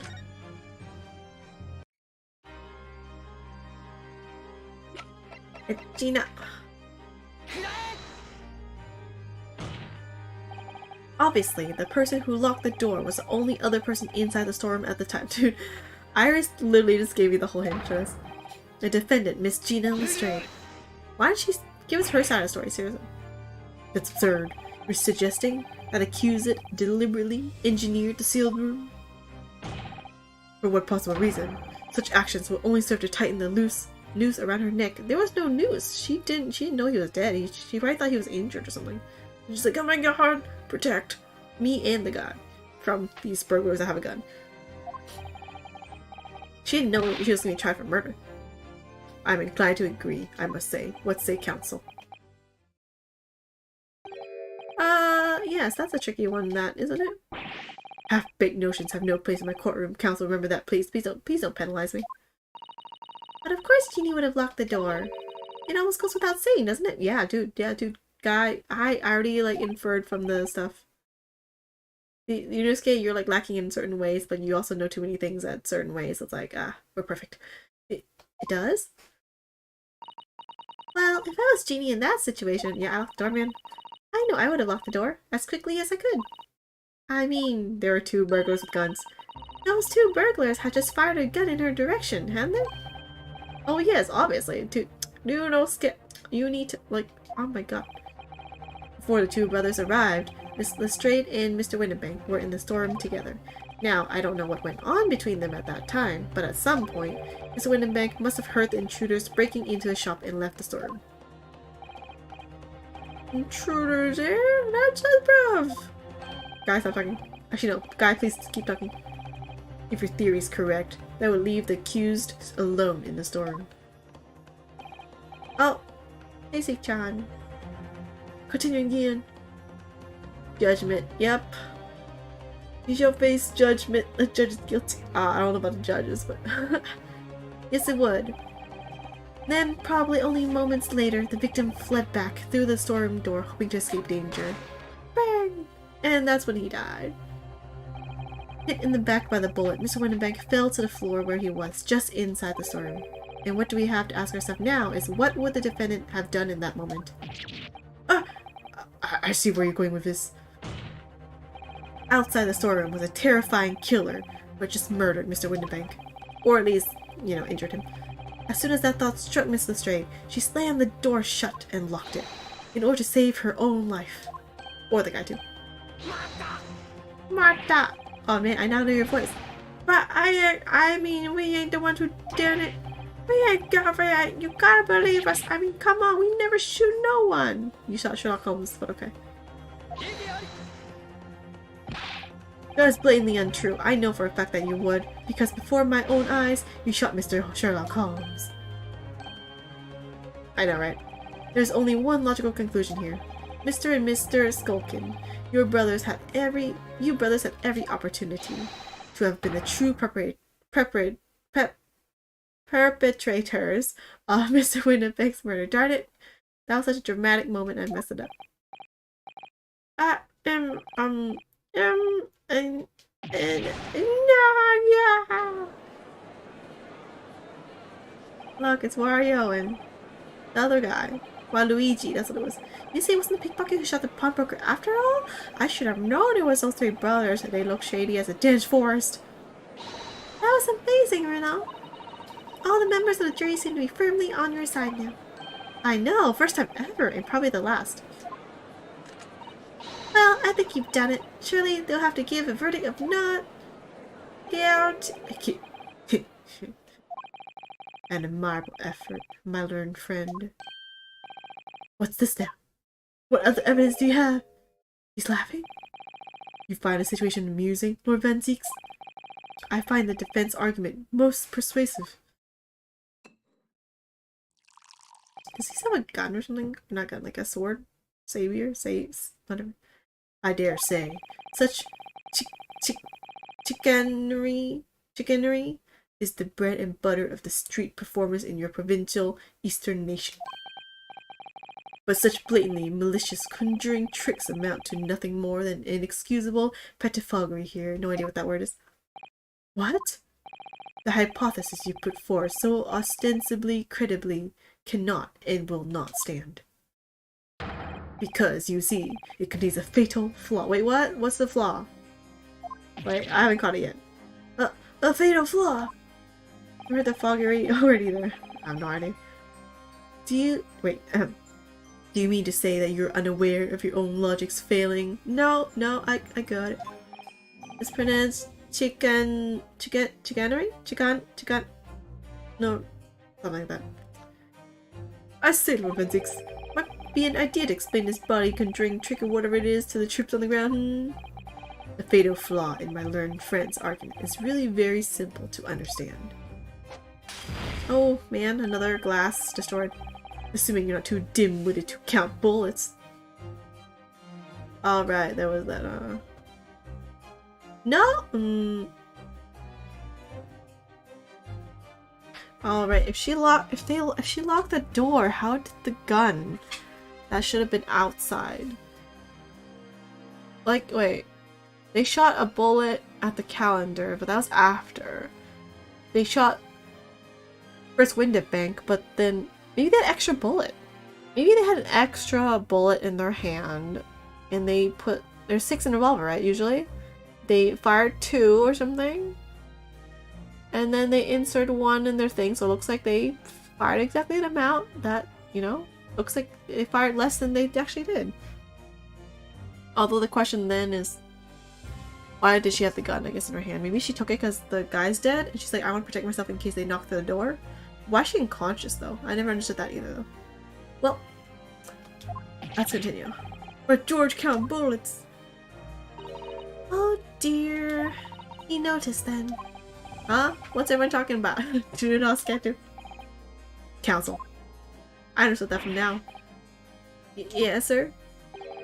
Tell the court how many bullets were found at the scene of the crime. Two bullets. Correct. The first, that which hit the victim in the back, ending his life. And the second, that which struck the detective, Mr. Sherlock Holmes, on his arrival at the scene. Indeed, the defense presented a picture showing the damage caused by the second bullet earlier in the proceedings. Yeah, that was this one. The bullet which injured Sherlock Holmes appears to have passed through his body to strike the calendar. Through his body, man. Amazing. Your lordship's understanding is correct. Furthermore, we know there are 2 firearms involved in the incident. The revolver belonging to the victim, Mr. Windibank, and the Skulkin brothers' revolver. The evidence shows that a single bullet was fired from each gun. Yes, indeed it does. A single bullet from each. Now then, my learned friend. Oh, did you not figure it out yet? You're not scared. You told yourself. You yourself told the court only moments ago that these 2 brothers shot Mr. Sherlock Holmes right before your eyes. I mean, I guess it didn't have to have been them. We thought it was them. Yeah, yes, I did.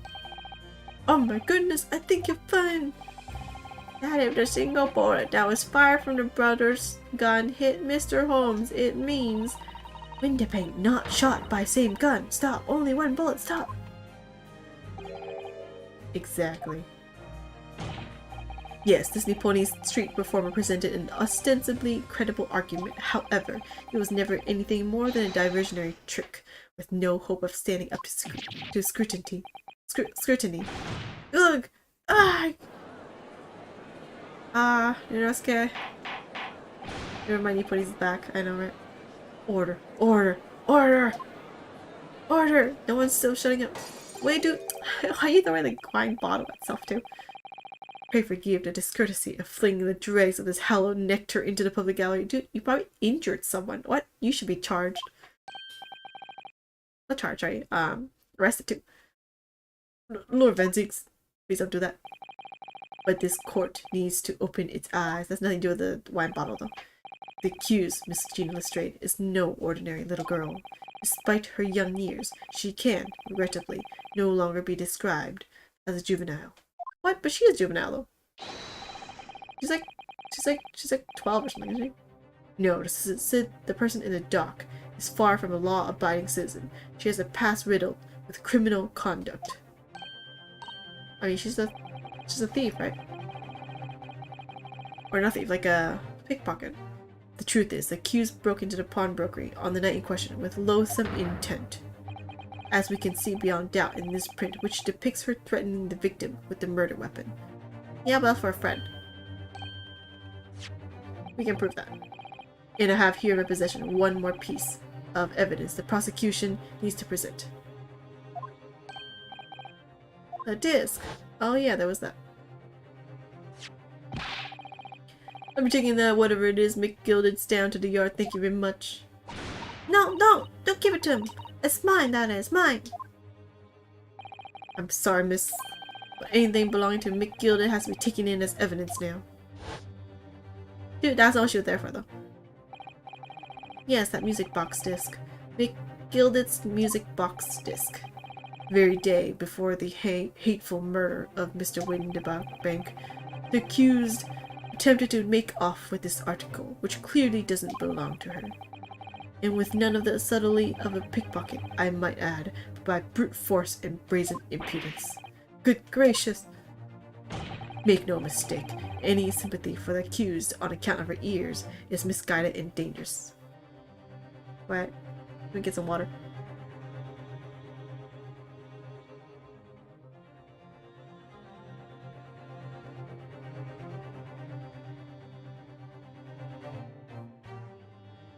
Okay.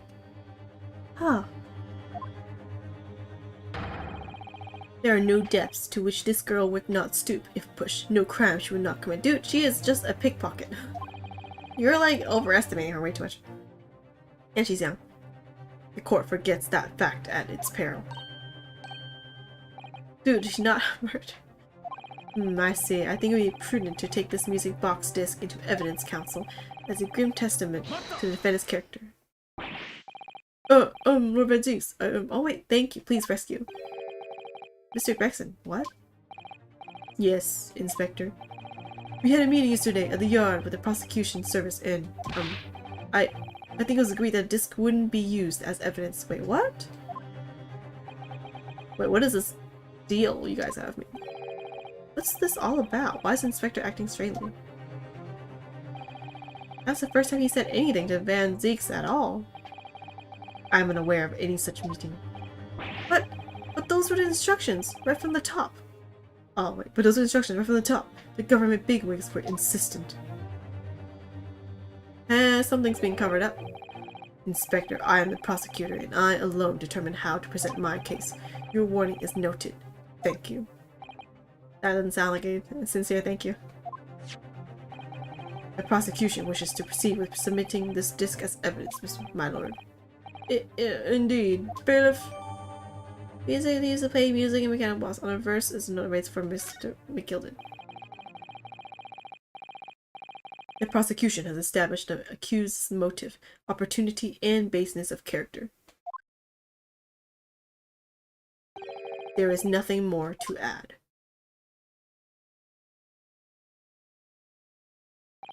Ladies and gentlemen of the jury, I await your informed decisions and rest my case. Darn it, y'all need to stop changing your decisions that much.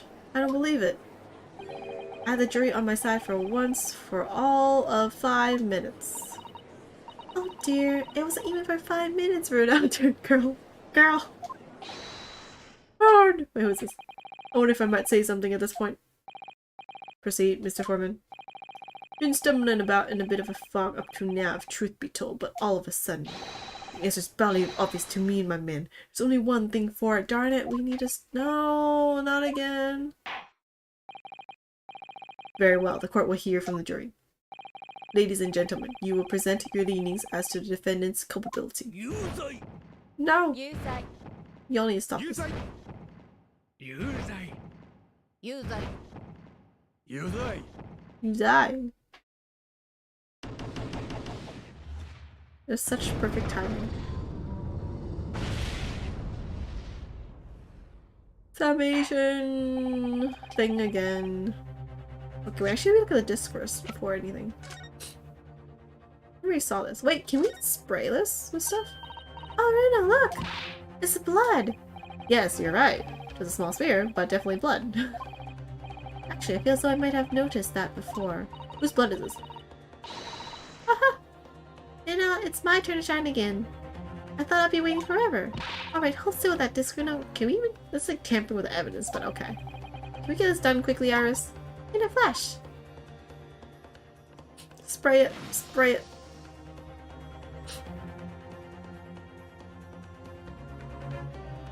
It's green? Isn't that the one in Sherlock Holmes' supposed blood, that bullet on the calendar? Oh, a lovely bright shade again. No, wait, that color. What is it? It's just that green. It's not the first time we've seen that color, is it? Updated, okay. We saw this already. I wonder what it says other than this. Oh, Mr. McGillet, that's a man you defended in court a couple months ago, isn't it, Reno? Yes, or rather, mistakenly defended. I wonder what his name is doing on the back of this disc. That's a question I'll have to know the answer to myself. Okay, wait, let's look at the evidence.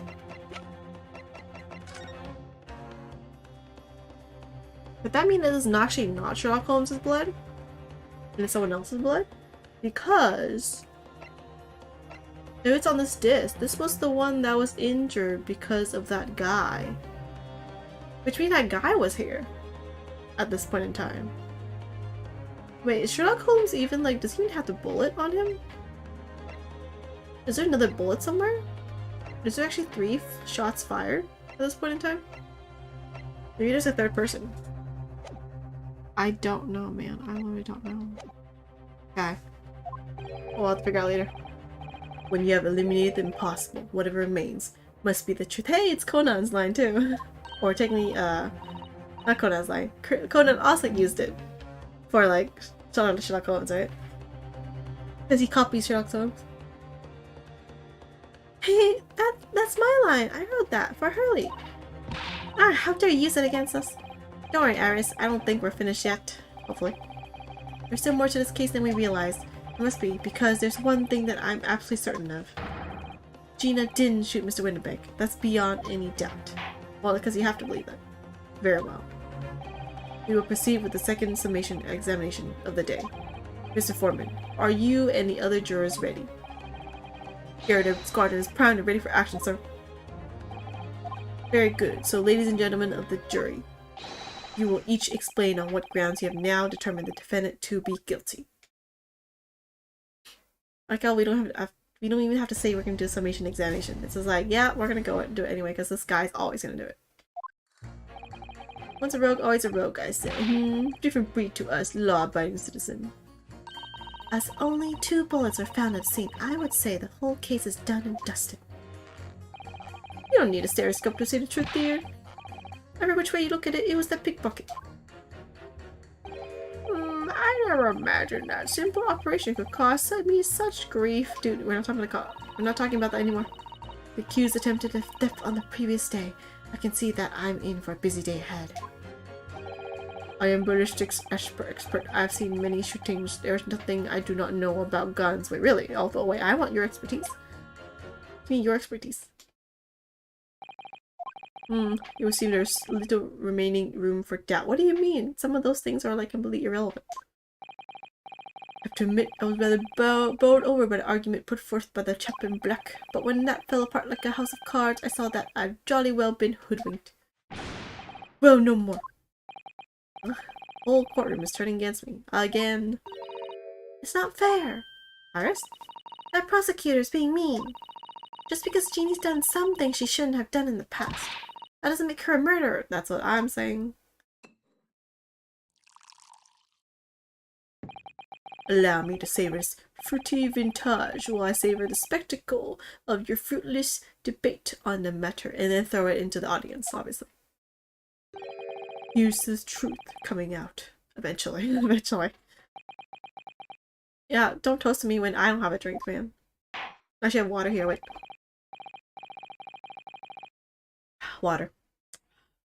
That's enough preamble. Counsel can proceed with the summation examination. Let's go. Yes, my lord. Yes, my lord. Duration examination. The defense is rebuttal. Once a rogue, always a rogue was a different breed to us law-abiding citizens. Just because Miss Lestrade has a history of pickpocketing, she must be guilty of murder. Is that what you're saying? What? Are you all members of the British Army so quick to judge? I know, right? I beg your pardon. Are you mocking Her Majesty's Armed Forces, the greatest military organization in the world? Well, I'm mocking you guys. No, I'm simply illustrating my point. Oh, dude, you just pulled the same thing. Making assumptions about people because they're a soldier or a pickpocket is wrong and dangerous. Well, yes, might have a point there, I suppose. Let's not forget the girl had already shown she had it in her from before. She's clearly criminal sort through and through. Can't deny it. Dude, that's not the same thing. When you say that she'd shown she had it in her, are you afraid to this? Are you talking about the blood? I think the guy didn't even explain this disc and just be like, here, there's blood on it. She like tried to like injure someone. Is that what this is? Exactly. Tried to swipe that only day earlier. Or am I mistaken? No. What? Not exactly. Dude, given that I was actually there at the time, it's hard to refute that. I've never actually seen the real thing. I can't wait to have a closer look at it. Oh, yes, of course. Oh yeah, he showed it. Mr. Holmes did use his caramel bars to make a copy of the disc, didn't he? And then ordered every type of music box he could find from across Europe. I don't want that much money. We still don't know what tune it plays though, do we? But I'd love to see how the original compares to Hurley's copy. It gilded its disc. Could it be a clue somehow? Perhaps we should examine it in more detail. I already did that, no worries. Actually, yeah, this one. The blood. Can I? Oh, I had to pit them against other people? Okay, never mind. I could present stuff. 2 bullets were found in the sea. That's true. You only see to see the truth. It was that pickpocket. Yeah, okay, no, wait here. So if I've understood correctly, you need 2 pictures. A left eye one and a slightly different right eye one. Exactly! Then you can see the scene in 3 dimensions. Not like this. So if we have 2 bullets, I don't suppose you can see anything useful with them? I think you'll find that no matter how much you squint, the truth of the situation always looks the same here. The only person who could have shot the victim is that girl in the dock. How can you be so sure of that? Think about it. The Skulkin brothers shot the great detective, didn't they? Yes, that's been mentioned once, or twice, or 3 times. Well then, surely it's coming to focus now, isn't it? This is a waste of time. I'm not going to change this man's mind anytime soon.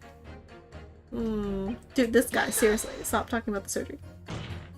Like he's... Would you stop muttering about things that have nothing to do with this trial, sir? Exactly my thoughts. The defendant's life is on the line here. Well, the thing is, I couldn't really say that there's nothing to do with this trial, to be honest. Wait, what? Wait, the surgery? It's related to that guy, isn't it? The guy before, the day before. Huh? I mean, there's no question that the man was shot, but the bullet has simply vanished from his stomach. That bullet wasn't from Sherlock. That bullet was the guy. That's what the green means. That's why they're both green. I knew it. It's quite inexplicable, don't you think? That means he was there on the day of the murder. I almost don't want to ask, but this surgery you've been muttering about all this time, you're operating on... What was the fellow's name now? Herlick? No, Herlock? No, Hair? Wait, you were operating on Sherlock? Oh, wait. And this is different than my theory. Wait a minute. Wait, you left stuff in his... Oh my god. You left a scalpel in his body? Sherlock Holmes, by any chance? Totally random jury, we promise. I know, I was like, what? I think even winning a lottery is like, easier than like, these Nick Seymour being here. Yes, good lord, it was that Hairlock fellow. What? You're the surgeon operating on Mr. Holmes? That's right, using the very latest anesthesia techniques, I might add. It was a fairly major opera, I can tell you. This is crazy, man. Let me see, the fellow was brought in not long after midnight, if I remember correctly. He said he'd been shot by some criminal or other, so I opened him up like a shot. But the funny thing is, I went over his insides with a fine-tooth comb and couldn't find a bullet anywhere. That's because it's in the calendar. Can you not tell that it's not in your body? Because, like, you know, there's an entry wound and there's an exit wound? How did you think it's inside his body if it exited his body? Unless... it didn't exit his body. I'm so confused. I'm afraid I had to throw my hands and just stitch the fellow back up. I hate to state the obvious, but yeah, would you not know? Yes? Surely that's because the bullet is still at the scene of the shooting. The counsel for the defense is correct. As is clearly shown in this photographic print, the bullet that Skulkin brothers fired at Mr. Holmes hit him in the stomach region, and then exited his body and lodged into the shop wall, where the calendar was hanging by the door. Isn't that a pretty upwards angle, though? You have to, like, shoot someone from below, have it enter his body. It went through his body and hit the thing that's, like, you know, it's, like, pretty high up on the door, if you look at this, like, this calendar. Isn't that kind of weird? I think you'll find it's quite simple if you could just consider the problem three-dimensionally. Oh, thank you. Okay, please do. Ha! Who do you think I am, son? Yes, was there an exit like wound? If there's no exit wound, obviously it's in the body. I think surgeon would know that. Well, jury number 4 is about the best I can do. As soon as I saw the wound into the man's stomach, I flipped him over. See, I knew it. See, like, there's no way the doctor would just, like, not know that. Like a pancake? Oh my god, your nose can stop. Are you saying that you checked his back? Okay, are you saying that you checked his back? Of course I did, and there wasn't a trace of injury. No sign that the bullet had left the body at all. Then my theory is true then. It's still true. Except where's Sherlock Holmes' wound then? Maybe it wasn't a bullet that hit him. Wait, what was it then? What? That's the point. The only logical conclusion was that the bullet was still somewhere in the man's innards, which is exactly why I set about slicing him up. And I'm still none the wiser even now. How many times do I have to say it? I said it once. Can somebody please explain how it happened? Can somebody please solve the mystery? It's almost as much of a mystery as how this jury was put together. Hello? That's what we're all thinking.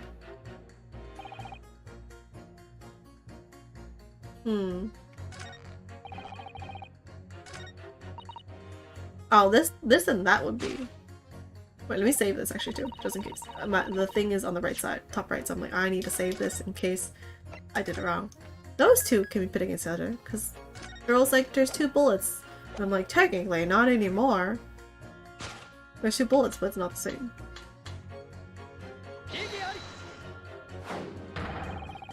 Really charging each other. Oh, no, never mind. Never mind. Oh! Load! Load again! Load again!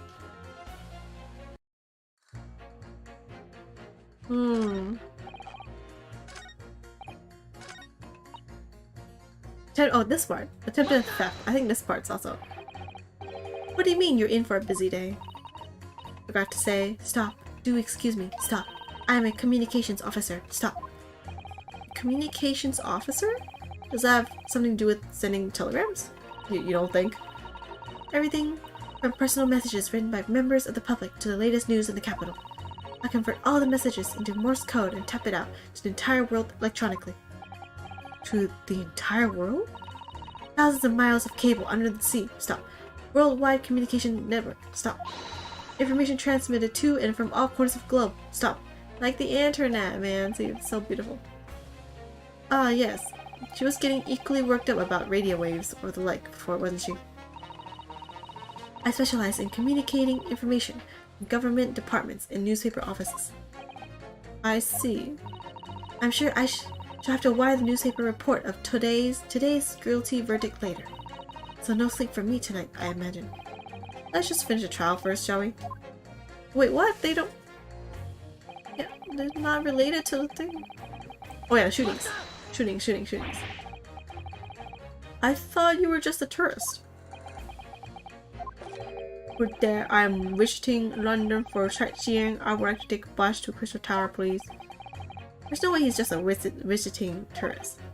So you're a ballistics expert? I know. I have much experience with guns. Ah, yeah, please give us your insight.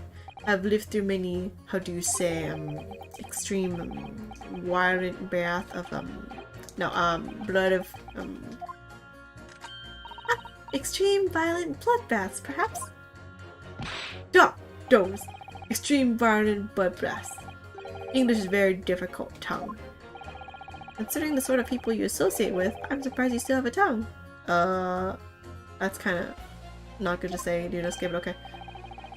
Anyway, if you have questions about bullets and guns, you ask me. There's nothing I do not know.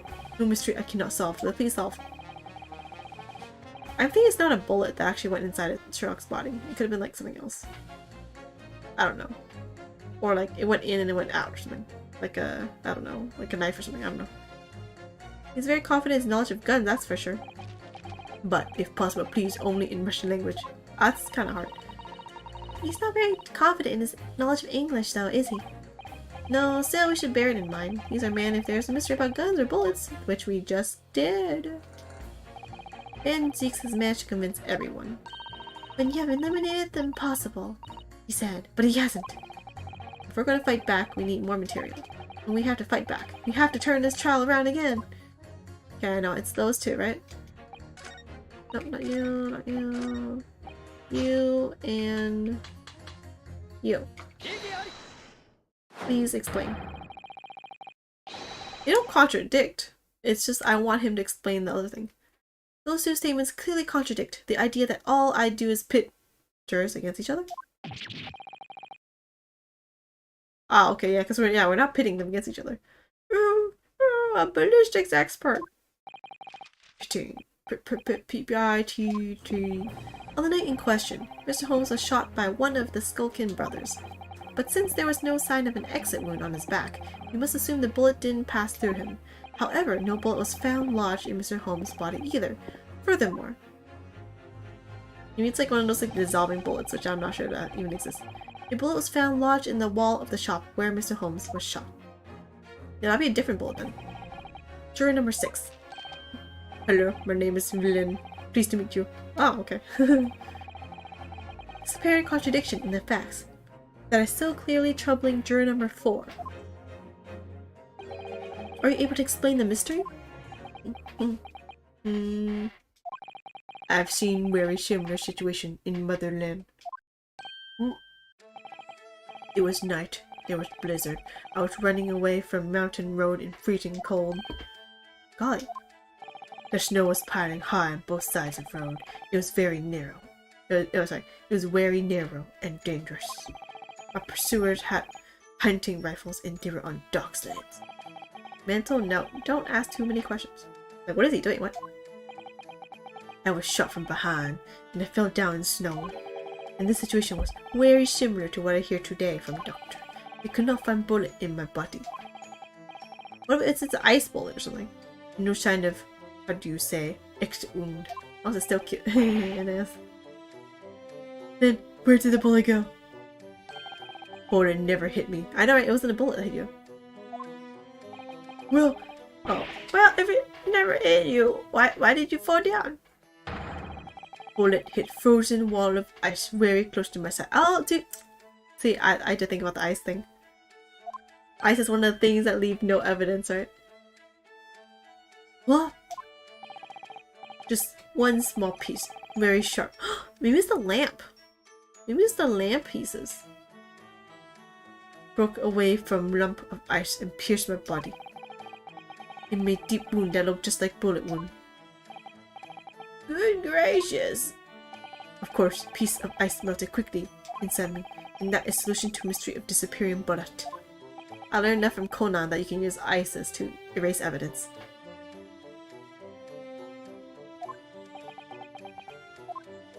Love me for Overwatch, I assume she uses ice.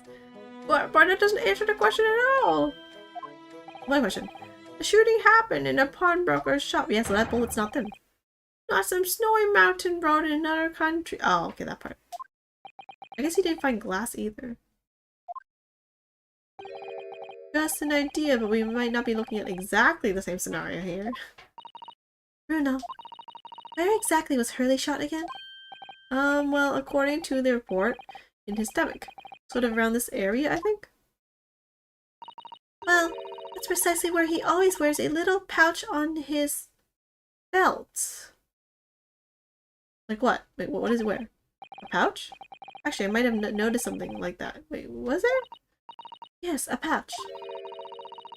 It's where he keeps 3 glass vials of very dangerous chemicals that he uses in his investigations.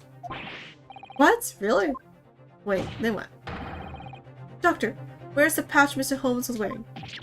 Well, the fellow had nothing like that on his person when he arrived at the hospital as far as I remember.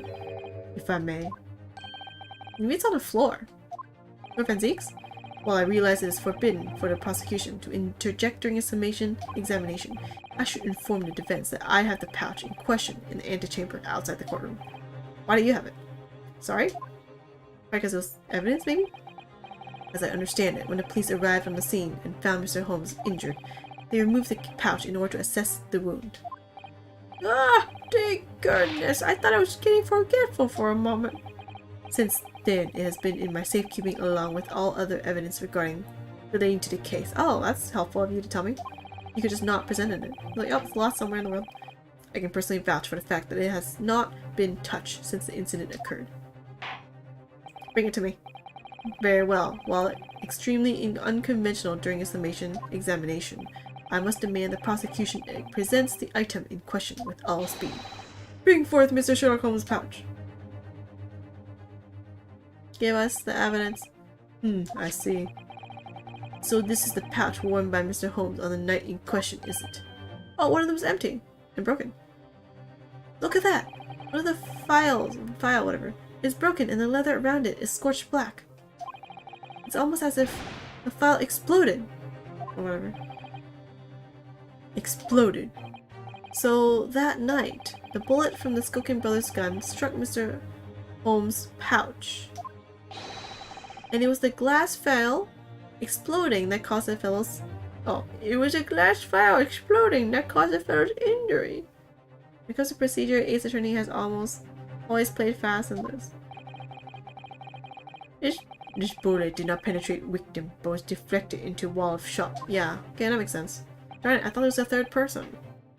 Darn. No, I think something's third person though. But that doesn't help our case. A delightfully complex aroma. Well, it would appear one mystery has been solved at least. Though it has no bearing on the truth of this case. Yep. The bungling and burgling brothers shot the detective, and the accused shot the pawnbroker. The pertinent facts of this case, the case remains unaltered. Yep. Look, but at least the mystery is solved. I can sleep easy tonight. Thank you, young man. What about the scalpel that you left in his body? Yeah, thank you very much. Glad I could help. Due to its bearing on the conundrum to solve, the court will sequester this scruffy pouch as evidence. Charlie's pouch isn't scruffy. Oh, let's look at it. There must be something. Why is there scorch marks? What does it do? Wait, let me observe it first.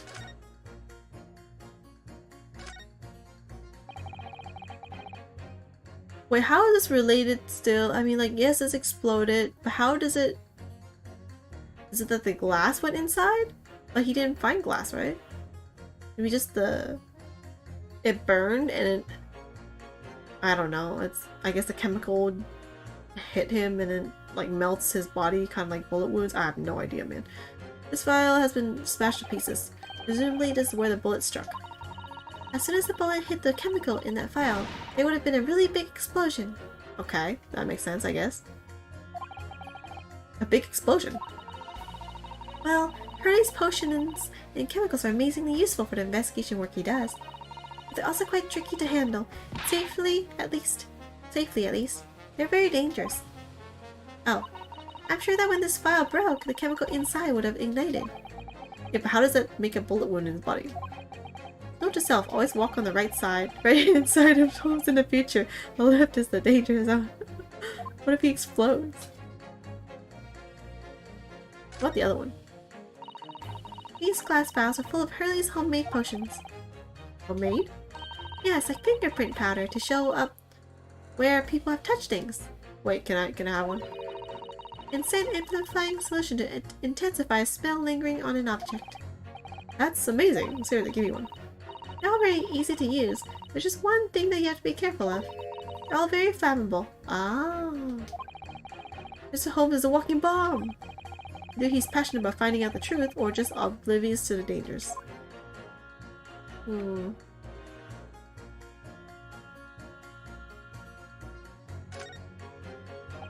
look, there's a hole here at the back. It doesn't look much like a bullet hole, but clearly something ripped through the leather with great force. What is this something? Something must have pierced it somehow to have left this hole behind. Yes, it looks that way. Mr. Holmes and his pouch both took a beating, didn't they? Let me see anything else I could look at. Okay. It would appear the defense is somewhat struggling to alter opinion. Please, my lord, a little more time. After all, that's a new piece of evidence. It could be a valuable clue, and you can't afford to overlook anything here, Ryunosuke. Dude, yeah, I haven't thought about it yet still. There's still a way to turn this around, somehow. I'm sure of it. Wait, I don't know from that thing what it is.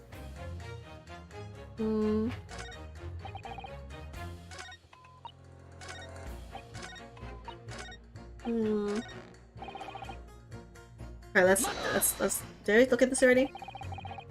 You need to. Oh wait, no, I already saw this. Oh, trying to eat some cheese. Cheese, potatoes.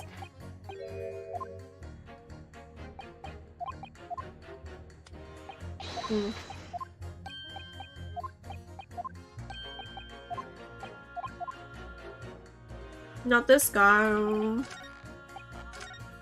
guess I didn't check this one.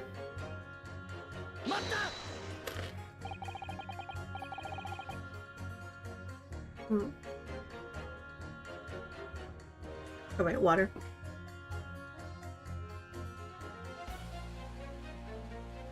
Okay. It's a number of bullets that has you convinced? Only 2 bullets were fired, and 2 guns that fired them have been examined by the police. When the parlor maid asks me how many are invited for dinner, I always tell her to count the table settings. What does that mean? Well, that's logical, I suppose. Although... Yes? Sometimes after dining, crockery does go missing. 1 or 2 guests rather like the fine china. Oh, that sucks. Does an employer dine with thieves? Oh my god.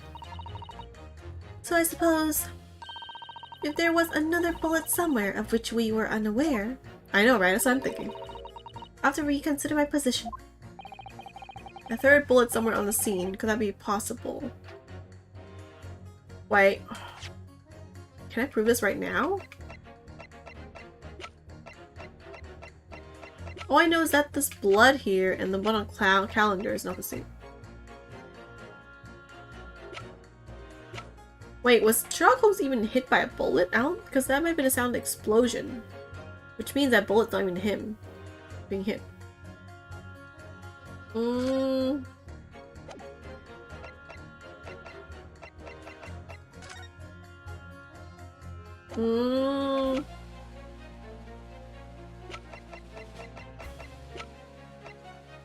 don't know if there is a 3rd bullet though.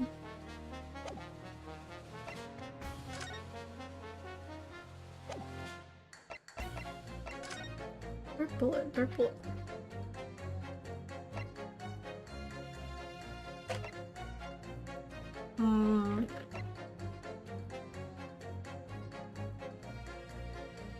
The idea is that the bullet ricocheted off of him, right?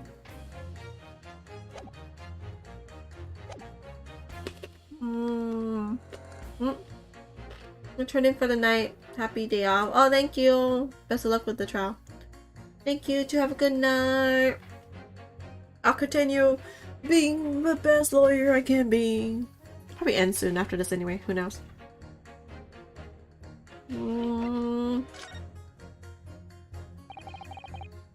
Unfortunately, only 2 bullets were discovered by the police during their investigation. Yes, I know. Right. I don't imagine the good men of Scotland Yard would have overlooked anything. I missed a bullet while I was cleaning his lordship's office as well. I should receive a sound scolding, I don't doubt. Maybe it's in the pocket, I just need to open it. And he should receive a visit from the police perhaps, it sounds like a crime scene to me. A third bullet. It would completely- oh wait, no. It would completely turn things around if there was one, wouldn't it? Do you think we might find one lying around somewhere? Dude, they're totally saying there's a bullet somewhere. So many hints. Okay, wait. Bullet. I think it has to be here. Wait. Wait, is it? Is that a bullet? Is that? No, it's a cap, right? I saw this earlier. An explosion.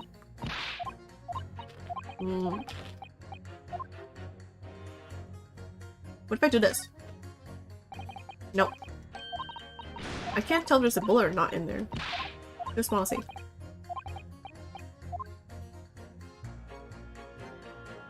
Oh! Is this not it? Oh my god. Oh, it's really scorched badly just here. Oh, the strap is broken. Look! It's something where the bullet hit then. Let me see. Open. There's a bullet! What the? Iris, look! Behind where the broken file was. Do you see it? Ah, that's the Skulkin Brothers bullet! What a stroke of luck that it hit his pouch. This amazing discovery! What this means is there's 3 bullets and therefore therefore wait, there's 2 guns. Each of them fire only 1 bullet, but there's 3 bullets, therefore there's a 3rd gun somewhere, which means if they only had 2 guns under possession, there's a 3rd person who took the gun. Ah! Oh, hello! Hello, Stefan. There were 3 bullets fired at Windenbanks that night. We found exactly what that juror was talking about. The 3rd bullet! It's time to press that juror again, I think. Yeah. Got it. You, right? Court record? No, wait, I think I just hold it. Well, that has you convinced. Only 2 bullets are fired. 3. Examine. Table. Yep. I can't present any evidence here, though.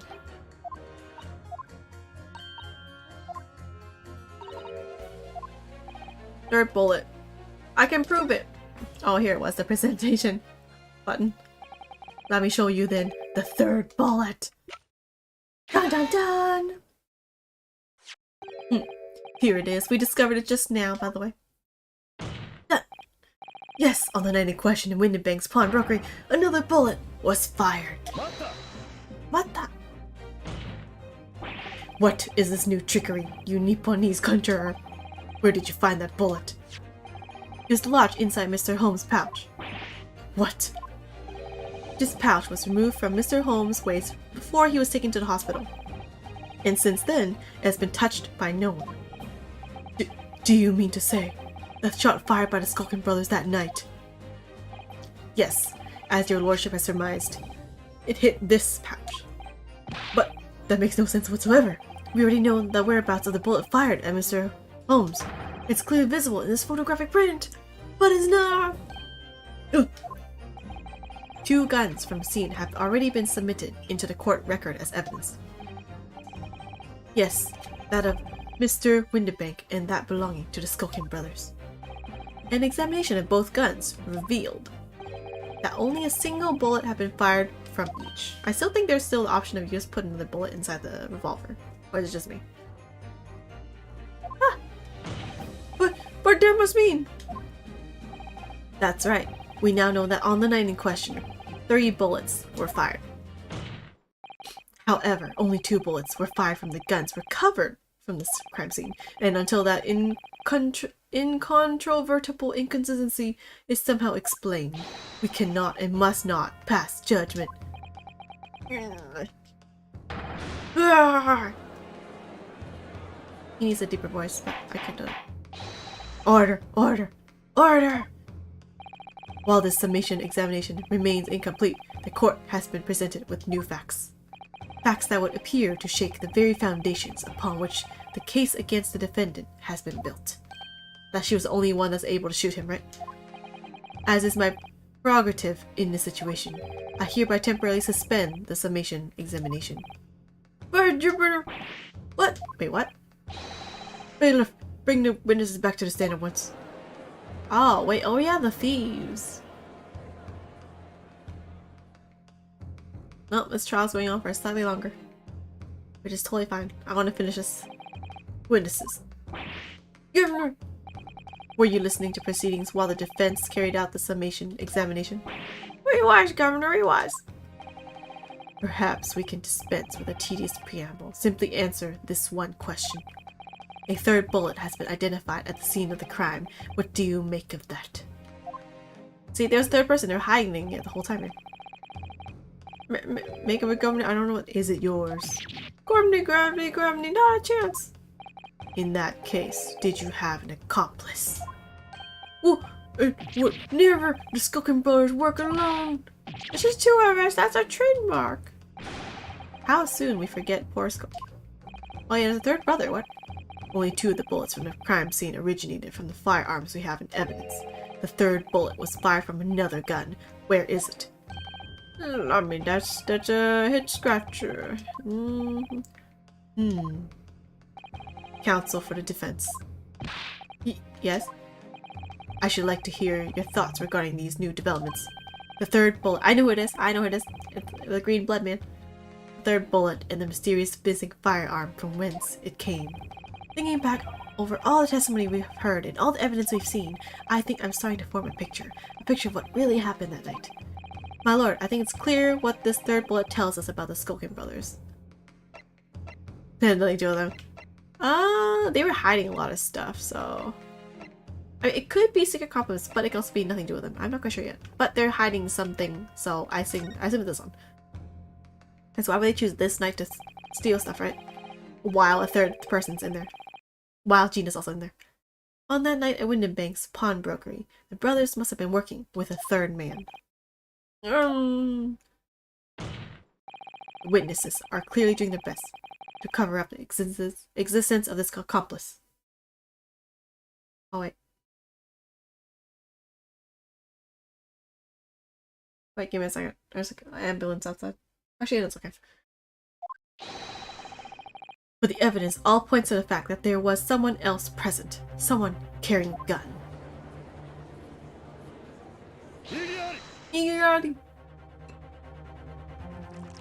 Oh look, it's gonna be thrown away to the lamps again. An accomplice, you say. Pig's will. What does that mean? Oh, you can throw it? These protracted proceedings have already forced us to endure 2 summation examinations. Yet in all that time, there has not been a murmur of a 3rd man. If this apparently wraith-like being exists... Oh my god. You just crushed it. The court must be shown hard evidence. Without it, this fantasy will be crushed. Good! I mean, I guess there's no evidence of 3rd man, just 3rd gun. But no, it's 3rd man, because blood matches. Yeah, it's 3rd man. The prosecution demands answers on 2 accounts. Firstly, proof, evidence, that this accomplice was ever at the scene of the crime.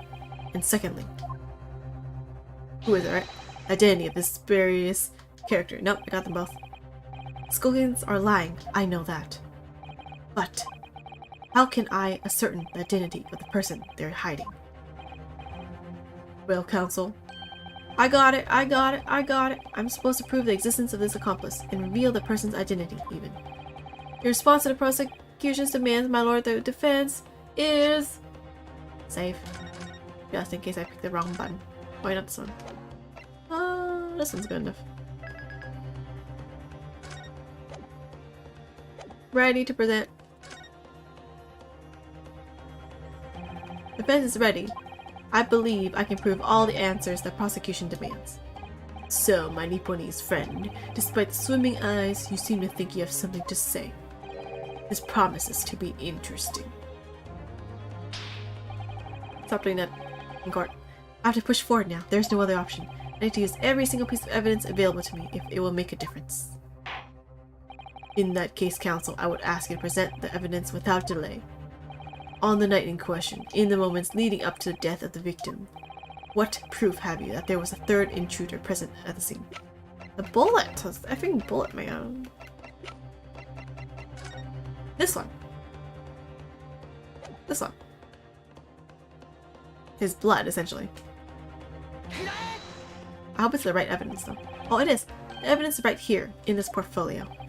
By Jove, that portfolio again, is it? Do you expect the court to rifle through your papers itself? Be more specific. Oh, dude, I got it. No worries. You claim one of those blood samples proves exists the presence of this third intruder. Well, which one is it? It's the blood. It's the blood, man. It's the blood. What am I looking at here? There appears to be some green paint or such like around the bullet hole in the middle of the counter. How did you guys not notice this in the beginning? When I first presented it. That's a blood stain, my lord. A blood stain? You amateurs. Green blood. Curious, even for you. Is the court to understand that the intruder was some unhuman creature? Inhuman, maybe? It's something developed by Mr. Sherlock Holmes. But a great detective! New invention. Stop. Not yet appeared in stories. Stop. It's this, you see. It doesn't have a name yet, though. This fogger sprays a chemical that reacts with the different elements in people's blood to change its color. Different elements of people's blood? I feel like before you present this evidence, you have to like prove that the scientific invention actually works properly and you can trust it.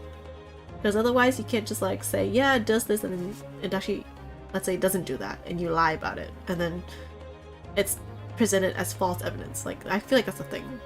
But anyway, let's ignore that aspect of it for now. Different elements of people's blood? Yes, everyone's blood is slightly different, you see? Because it's made up of different elements. So by seeing what color it changes to, you can tell in a flash whose blood it is. Oh, that brings a whole extra dimension looking at blood. Talk of blood in courtroom. Stop. Very exciting. Stop. As an example, this one shows the blood of the victim, Mr. Windibank. See, you tamper with the evidence, though. Ah, a striking blue. Yes, so you see, the green color of this blood stain on the calendar shows that somebody else was shot in the main part of the shop. No fire there, young man. Could be from some unrelated incident, couldn't it? No, it's the same date, dude. No, it's not unrelated. The date showing on the calendar is the date on which Mr. Windibank was killed. My golly! Therefore, we can assume that whoever was shot on the same day. Hey, whose blood is it? Well, the Skulkin brothers in the stand don't appear to be suffering from any gunshot injuries. Which means it must be the blood of somebody else. The third intruder, in fact.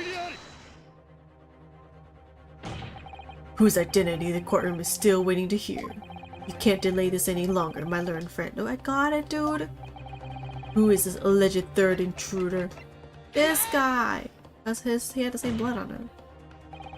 The man's name is Egbert Benedict, or that's his fake name, I don't know. Egbert Benedict, who on earth are you talking about, counsel? He paid a visit to Windibank's pawnbrokery on the afternoon before the incident took place, when the accused attempted to deceive the pawnbroker into releasing this article into her possession. Not exactly, yes but no. That's right. The man identified, The man identified by the defense, Mr. Egbert Benedict, then attempted to take the article from the defendant by force.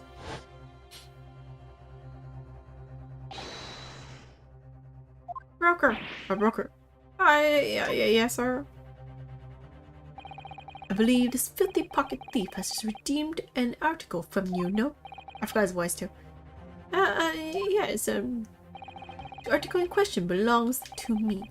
I demand for it to be returned at once. She had the ticket though. She actually had the ticket though, so it's not like she was wrong either.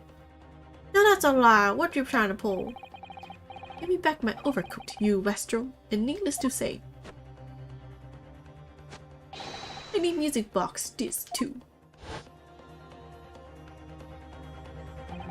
Inspector Gregson was there at the time and can attest to what happened.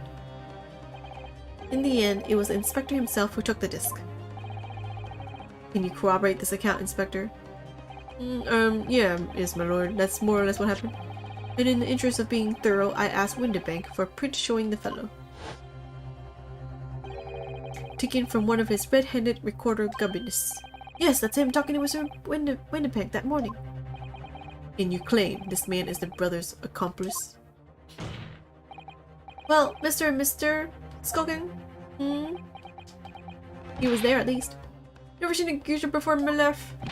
All my life, never seen him.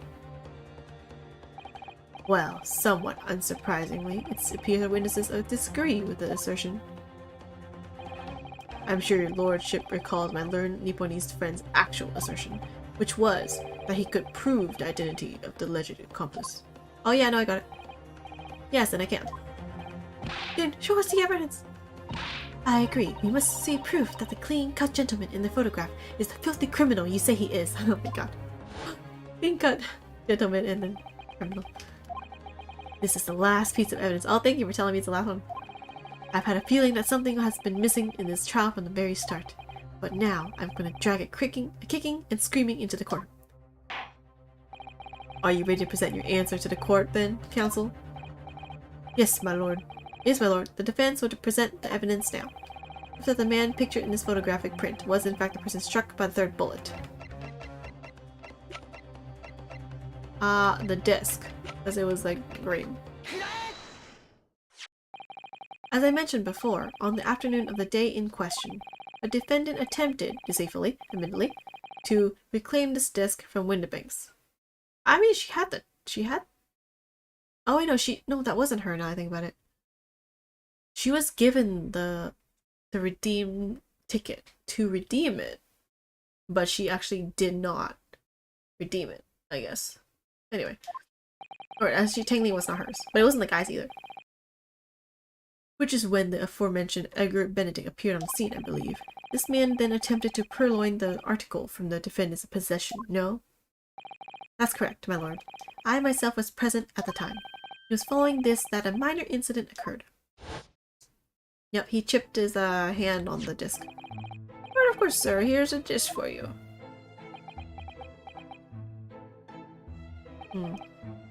Very well.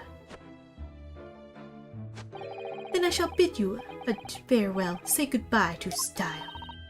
Wait a minute, that disc is mine. What do you think you were doing, you little tramp? You've drawn blood, you filthy animal. Actually, where's the blood from? He's wearing gloves. How did he even get blood? I thought it's like from his hand or something. Take a music box disc. It has countless small but sharp metal protrusions over its surface. Yet those protrusions cause Mr. Benedict's finger to bleed. Yeah, see, I'm confused now. Maybe it was like very thin gloves or something. I have no idea. I don't think we'll leak that much onto the thing if you're wearing gloves, though. And the resulting smear of blood is still visible on the disc now. Goodness, a bloodstain, is it? My assistant and I have just analyzed the bloodstain here in this very courtroom. Using my trusty fogger gun.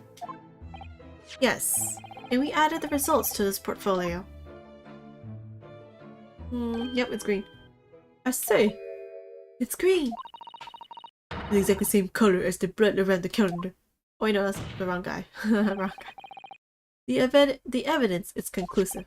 The man calling himself Mr. Egbert Benedict, who was in Windibanks earlier in the day, is accomplice who was present at the scene of the crime that same night. Dun dun dun. There's somebody else there. Look at those two brothers now. They're sweating buckets. Boy, who are you talking about is born there? My lord, it is the opinion of the defense that Mr. Egbert Benedict should be summoned to the court to testify. It would certainly seem that we can ill afford to ignore this gentleman's apparent presence. This has gone on long enough now. This flagrant ignorance of the mechanics of law. What are you talking about, dude? I have a good case right now. Sherlock Holmes, you say? Yes, I've heard the name. The protagonist in a series of short stories for the vulgar classes. A god of detection or some such. I was like, how dare you? And now you employ chemical substances devised by this fantastical persona in the highest court in the land. That's true. That the device is not confirmed to be accurate yet, so technically it shouldn't even be evidence, really. Do you expect us to take you seriously? The samples made by this plaything are not fit to be called evidence. No, actually, I agree. So the bloodstain turned a shade of green. What of it? Yeah, what makes you think that's his exactly? It's not like DNA testing. I know, right? Here's to you successfully proving that no other blood in the world would turn the same color. Yeah, I thought about that too.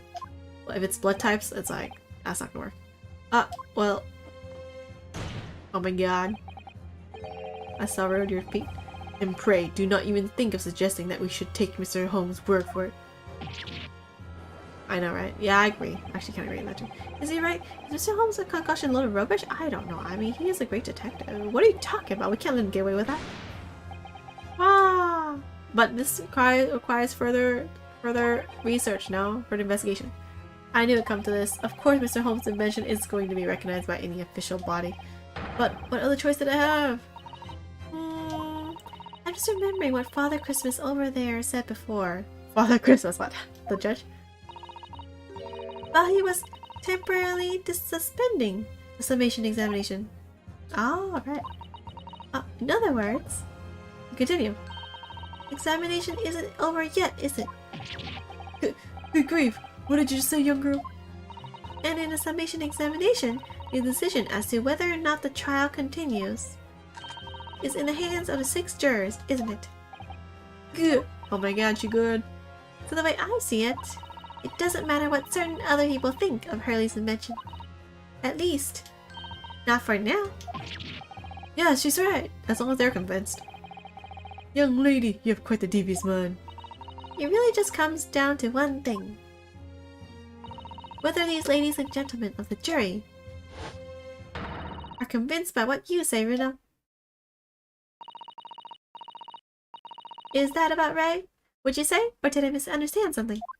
I'll do she good. Unbelievable! Mr. Holmes' partner is a force to be reckoned with. Iris Wilson, sharpshooter, or Watson in this case. After that shrewd, persists, whatever, of the situation from an entirely unexpected source. Like a little girl, man. 10-year-old girl. It must be acknowledged that the previous summation examination has yet to reach its conclusion. This is absurd. Ladies and gentlemen of the jury, the court now looks to you for your final leanings in this matter. Come on! As proud citizens of Her Majesty's Britain, I'm sure you will come to fair and just conclusions. And a random Russian tourist, but yeah. So then, state your final decisions in turn, please. Oh! I don't know about not guilty, but like, can you all just be like, haven't decided yet? Oh! 4 out of 6.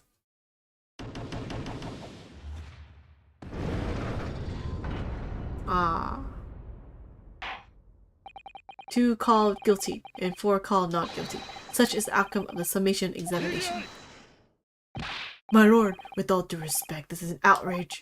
The prosecution refuses to accept this decision. You can't though. You can't do that. What? On what grounds?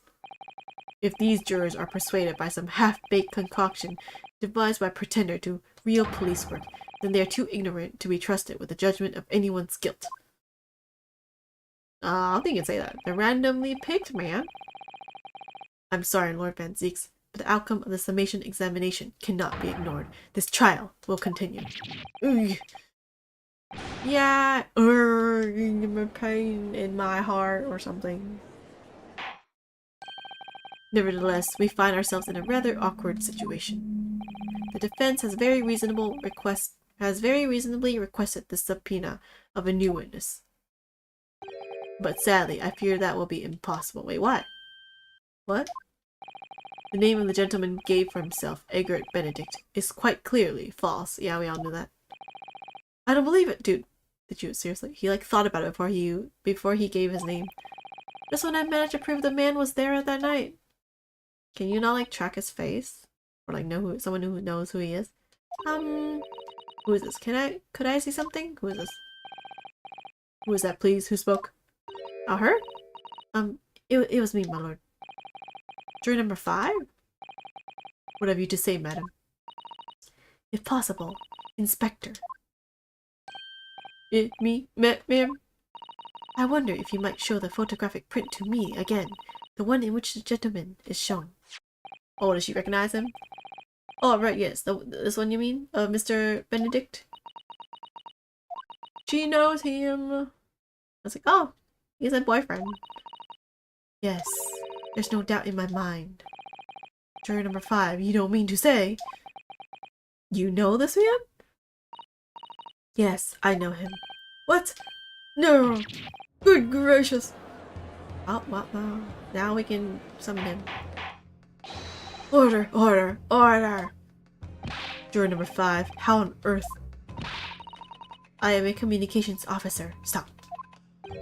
As we can clearly see, the gentleman in the photograph is, stop, also a communications officer. Stop. He works in my office. Stop. Well, awkward. Wait, she's blushing. Wait a minute. She's blushing. A very talented operator, in fact. Stop. She has stars in her eyes. He should be in the communication station now. Stop. Tapping away on the telegraph. Stop. This doesn't seem right somehow. I can't put my finger on why, but it doesn't feel right. I don't know what he's talking about, but okay. I suppose we all imagined the accomplice would be some sort of hardened criminal. Wow. That part? It's a bit unexpected to find out he has a respectable job by day, whatever he gets up to at night. Yes, I suppose that's it. I suppose that's why I felt something was wrong. If the gentleman is at London's communication station, we should be able to subpoena him within the hour. Lord Van Zeeks, if you please. Yes, my lord. Make the necessary arrangements with all haste, as your lordship bids. This court will recess for 1 hour. When the new witness arrives, we shall reconvene to hear the gentleman's testimony. Inspector Gregson. Yes. Yes, my lord. I should like to hear from you specifically about events at the pawnbrokery on the day in question. Come to my chambers during the recess. Sounds like bed chambers or something, but okay. I guess that's what people say. Yes, sir, my lord. Very well. Court is adjourned until 1:40 p.m. Wait, that was... dude, court started at 10 a.m. It's like 1:40. Yay! To be continued. I finished two investigations. Or sorry, 2 trials. Oh, that was fun. Trial part 2. What is it? Trial part 3 now? Part 3. Yeah. That's all it for today. That's been like almost 4 hours. I will continue this sometime, probably Sunday. Or in Japan Sunday, I guess. Yep. I will now relax and do other stuff. Anyone who watched, if you like it, subscribe or something. I write stuff on Twitter, and when I stream and stuff, I do, I don't know, random things. Some detective, some card games, some other random stuff. Oh, some Hogwarts too. But yeah, everyone, I'll see you later. Talk to you later. Have a good day, good night, and I'll see you next time if you happen to come by. See you all. Thanks for comments and everything too. Bye bye.